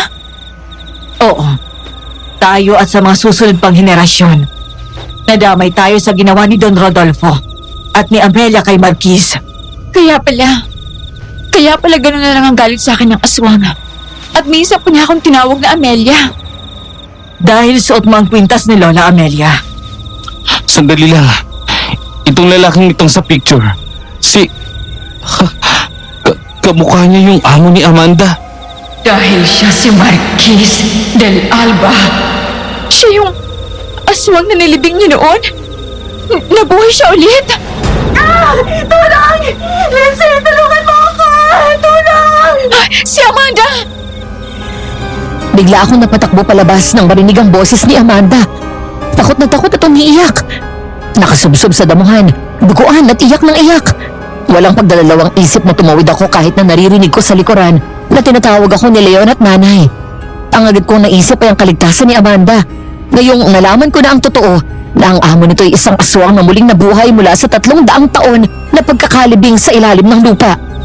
Amanda! Anong ginawa niya sa'yo? Tulungan mo ko. Si Sir, siyang aswang. Pinagtangkaan niya akong patayin. Nakatakas lang ako. Halika! Tumayo ka! Leon! Tulong! Nasaan ang aswang na yun? Leon, sa likod mo! Sa wakas, magagawa ko na rin ang paghihiganti ko! Leon! Biglang humagi si Leon at tumama sa puno nang sunggaban ng aswang ang likod niya.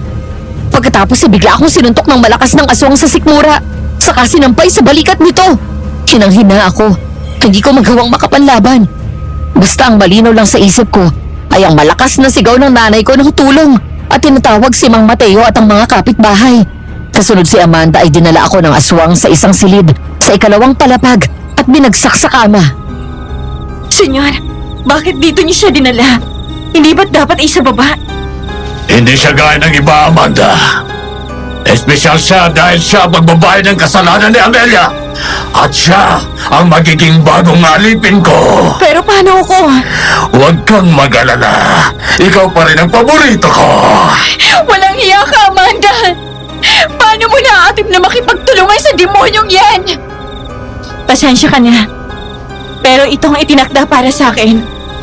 Mulat sa pool sa mga ninuno ko ay tapat na kami nagsisilbi sa mga Del Alba. At hindi ako naiiba sa kanila. Sa akin pinagkatiwalang pinakahihintay at muling pagbabalik ni Senyor Marquis. Kayo ang kumukuha sa mga taong nawawala. Nasaan sila? Anong ginawa niyo sa kanila? Hindi ba dapat ang isipin mo ay ang iyong sarili? Hindi ako natatakot sa'yo. Dahil kailanman ay hindi nagwawagi ang kasamaan. Maaaring pakiramdam mo'y naisahan mo si Lola Amelia dahil nagawa mong kontrahin ang sumpa niya sa'yo. Pero hindi ibig sabihin ay nanalo ka na. Nabuhay ako upang magiganti sa mga taong tumalikod sa akin. Ang mga nagkanulo sa akin. Mula sa kanila hanggang sa huling miyembro ng pamilya nila na nananalitay ang kanilang dugo. Lahat sila ay magbabayad.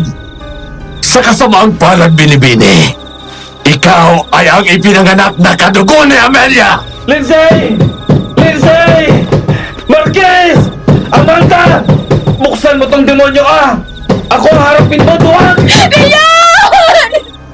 Amanda, ikaw na ang bahala sa kanila! Opo. At ikaw naman, babae. Aangkinin muna kita bago ka maging alipin ko. Pagkatapos ay papatayin ko ang nanay mo at ang nobyo mo at buong pamilya niya. Halika dito!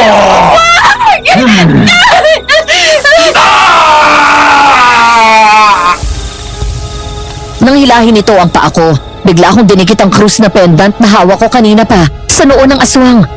Habang nakadapa ako dun sa kama, pasimple kong hinila yun. Dahil sa mga sandaling yun, wala akong pangontra na hawak o kahit armas para maipagtanggol ang sarili. Dahil ang tanging armas ko ay ang Diyos at ang pananalig ko sa Kanya. Sa ngalan ni Jesus! Sa ngalan ng Diyos na makapangyarihan! Ang may gawa ng langit at lupa!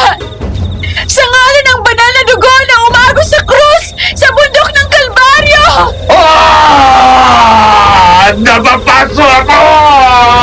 Sa ngalan ng banal na Espiritu Santo! Panginoon! Tingin mo ang aking panalangin!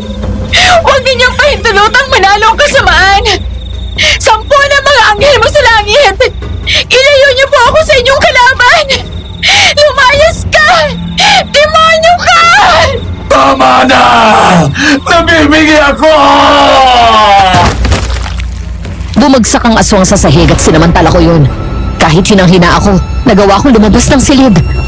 Bawat hakbang ko ay may kalakip na dasal. Sa bawat patak ng luha ko, may kaakibat na pagsasumamo sa Diyos na iligtas niya ako at ang mga mahal ko sa buhay mula sa kamay ng aswang. Kumapit ako sa handrails at bumaba ng hagdan. Doon ko nakita si Amanda na pilit na hinaharangan ng mga muebles ang pinto habang naririnig ko si Leon at ang mga kapitbahay namin sa labas. Lindsay! Leon! Tulong! Bumalik ka dito, babae! Senyor, marami na sila sa labas. Anong gagawin natin? Tumakas na tayo. Hindi! Hindi ako aalis dito na hindi ko nagagawa ang pakay ko! Nang makita kong bumababa ang aswang, nagmadali akong tumakbo hanggang sa bigla akong natigilan nang magpakita si Lola Amelia. Binuksan nito ang isang secret door. Bigla akong natakpan ng ilong ko nang umalingaw-ngaw ang napakasangsang na amoy. Hindi dapat ako papasok doon, pero wala akong madaanan. Malalaki ang mga kahoy na nakaharang sa likod ng isang pinto sa kusina na nagsisilbing kandado nito. Kaya nagmamadali akong bumaba sa basement. Nang maalala ko ang phone ko na nasa bulsa pala ng suot kong pantalon, binuksan ko ang flashlight at inilawan ang paligid. Nagtaka ko nang makita ko na may mga nakasabit sa kisame at nakabalot ng tela. Nilapitan ko yan at inalis ang tela na parang nakasaklob. Kasabay ng paglantad ng nakakarimarim na katotohanan, ay nahulog ang tela na bumabalot doon. Isang bangkay! Naaagnas na at butas na ang inuuod na tiyan nito habang nakalambitin sa kisame. Maligayang pagdating sa huling gantungan ng buhay mo! Napakasama mo! Ngayon naiintindihan ko na kung bakit nagawa yun sa'yo ni Lola Amelia. Mas masahol ka pa sa demonyo! Nagawa niya sa akin yon dahil isa siyang taksil! Taksil siya sa pagmamahala namin! Sinabi ko na sa'yo na umanap ka ng katapat mo, di ba? Leon! Isa ka pa! Ang aking ama, 10 ng aking mga kapatid at kanilang pamilya. Lahat kayo ay magbabayad ng mahal! Si Raulo! Sinugod nito si Leon pero mabilis siyang nakailag. Sa bawat pagsugod ng aswang gamit ang mahaba nitong kuko, ay nagagawa niyang iwasan. Hanggang sa mahawakan nito ang kamay ni Leon. Pero agad niyang nasipa ang aswang, sabay unday ng saksak sa dibdib nito gamit ang krus na nagiging patalim. Nahawakan ng aswang ang kamay niya at pilit yung tinulak palayo. Pagkatapos isinunggaban ng aswang si Leon sa kwelyo ng damit at malakas na tinulak sa pader. Binunot ng aswang ang patalim sa mismong katawan nito at nagtangka itong isaksak kay Leon. Mabilis akong kumilos at hinarang ang sarili ko. Saka ko napigilan ng aswang sa kanyang balak. Maya-maya ay napasigaw ito nang mapaso sa krus na patalim. Bumalik ka! Sa empiano kung saan ka bagay! Hindi niyo ako mapapatay!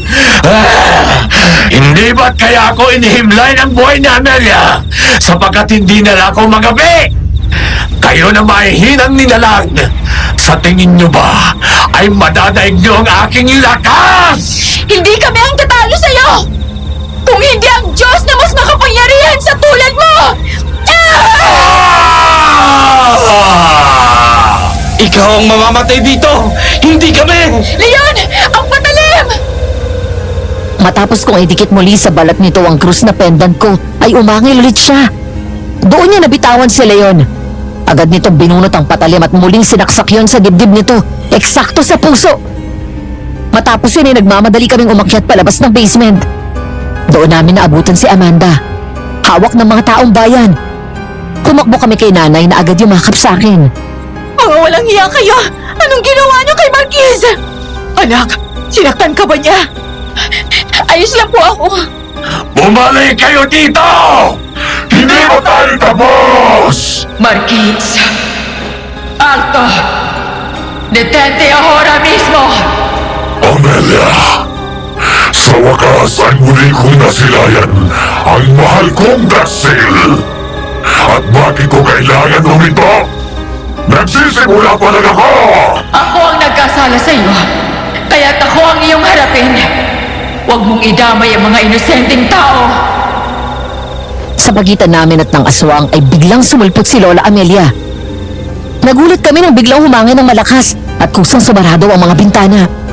Umuga ang paligid na parang lumilindol, maging ang mga kasangkapan sa bahay. Pagkatapos ay lumingon sa akin ang multo at lumapit. Mula noon ay wala na akong maalala pa dahil hinimatay na raw ako. Ang kwento sa akin ni nanay ay pumasok sa katawan ko si Lola Amelia at saka ko hinarap ang aswang.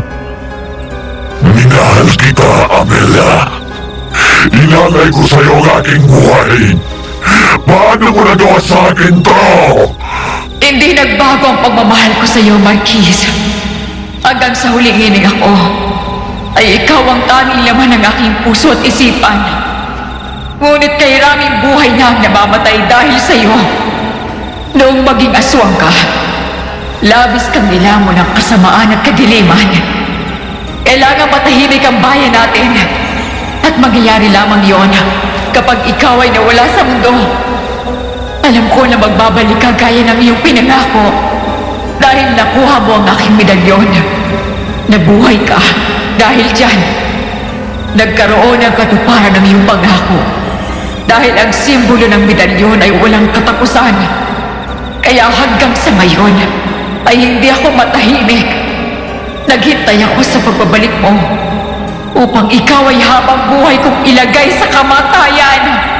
Hindi ka magtatagumpay sapagkat mabubuhay pa rin ako kahit anong gawin mo.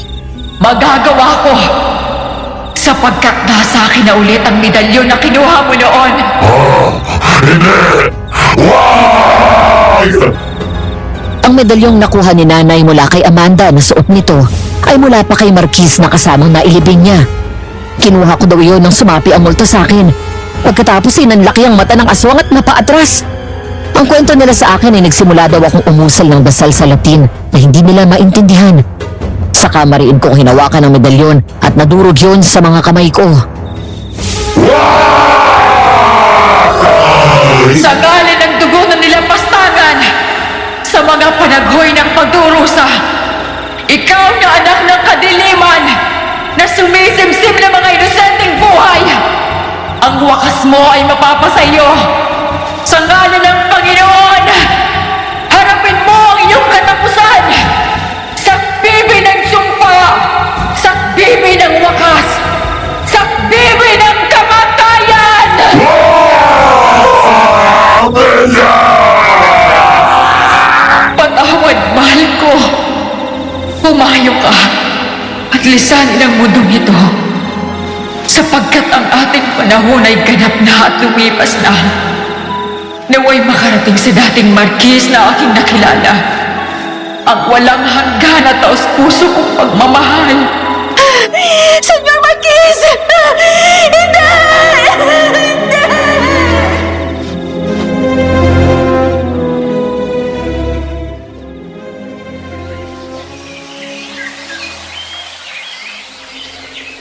Dala ang isang malaking maleta ay sinakay na yun ni Leon sa trunk ng taxi na naghihintay sa amin. Pagkatapos ay bumalik sa loob para magpaalam kay nanay. Matutupad na ang pinangako ni Leon na bakasyon. Magpupunta kami ng Coron at mananatili doon ng 5 araw. Mag-iingat kayong dalawa doon, ha? At pasalubong ko. Ikaw mag-iingat dito, Nay. Pupunta dito ang tita mo at sasamahan ako. Para naman may kausap at katsismisan ako dito. Tay, si Milky ha. Kayo na ni nanay ang bahala. Eh, naku eh. Ngayon ko pa ba mag-aalala? Halos ayaw ng bitawan ng nanay mo. Buti pa yung pusa na hihibas eh. Lambingin mo kasi, Tay. Chance mo na kayo lang ni Nanay sa bahay. Ay, naku. Ano love? Halika na. Tara na, kanina pa ako ready. Sakay ng taxi ay nagpatid kami sa airport na magdadala sa amin papunta sa Palawan. Habang nasa sasakyan, masaya akong sumandal sa balikat ni Leon habang magkahawak kami ng kamay. Parang kailan lang ay nanganib ang buhay namin lahat.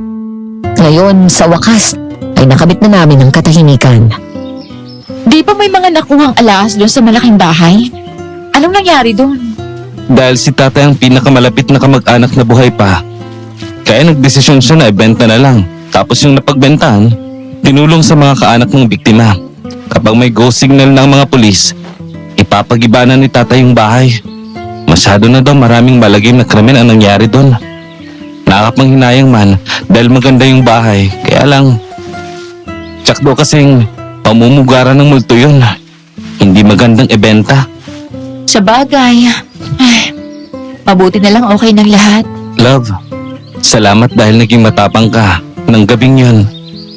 Hindi ka nagpatalo sa aswang at nanlaban ka. Ayokong mamatay na gutay-gutay ang katawan ko, no? Tsaka syempre, ayokong malungkot ka. I love you. I love you too. Madam Venus, kasabay ng pagkamatay ng aswang, ay tuluyan daw naglaho si Lola Amelia. Nang gabing yon ay tuluyang nagwakas ang misteryo ng mga nawawalang tao. Matagal bago nagawang alisin ng mga pulis ang mga bangkay doon dahil na rin sa tindi ng amoy na nagmumula sa bodega ng basement. Nahuli si Amanda na ngayon ay mag-isang hinaharap ang patong-patong na kaso ng pagkamatay ng mga biktima ng aswang. Naniwala ang mga pulis sa testimonya namin dahil bukod sa amin ay may dalawa pa palang mga biktima na muntik makuha ng aswang na nanlaban at nagawang makatakas. Sila ang nagbigay suporta sa mga sinabi namin. Naituro din nila si Amanda na siyang ginagamit ng aswang para makakuha ng biktima. At ayon sa mga pulis, ay imposible na daw na makalaya pa siya dahil sa tindi ng kasong kinakaharap nito. Ang balita ko pa ay baliw ang tingin kay Amanda ng mga kasamang preso at hindi naniniwala sa kanya. Nabuntis pa nga daw ito ni Marquis ngunit nakuna nito. Isang bagay na sa kabilang banda ay pinagpapasalamat namin dahil baka maging kagaya ng ama niya ang bata. Samantala sa harap ng lahat ay sinunog namin ang katawan ng aswang. Hindi kami umalis hanggat hindi namin nasisiguro na ganap na itong abo at pagkatapos ay tinapon yun sa dagat. Ang lahat naman ng pamilya ng biktima ay pinili na magluksa ng pribado at hindi na pinagkaingay sa lahat ang nangyari dahil sa karumal-dumal na pagkamatay ng kanilang kaanak. Bilang respeto, lahat kami sa baryo na yon kasama ang mga pulis ay nagkasundo na kasamang naging abo ng aswang ang lihim ng aming baryo. Mahirap paniwalaan. Oo, alam ko yon, Madam Venus. Ngunit ang pangyayaring ito ay mananatiling totoo sa amin at mistulang isang bangungot. Isang pangyayari na lalong nagbigay sa amin ng tapang na lumaban at mas magpatibay at nagpalalim sa pananalig namin sa Diyos. Hanggang dito na lamang at maraming salamat sa pagsubaybay niyo sa aking kwento. Nagmamahal, Lindsay.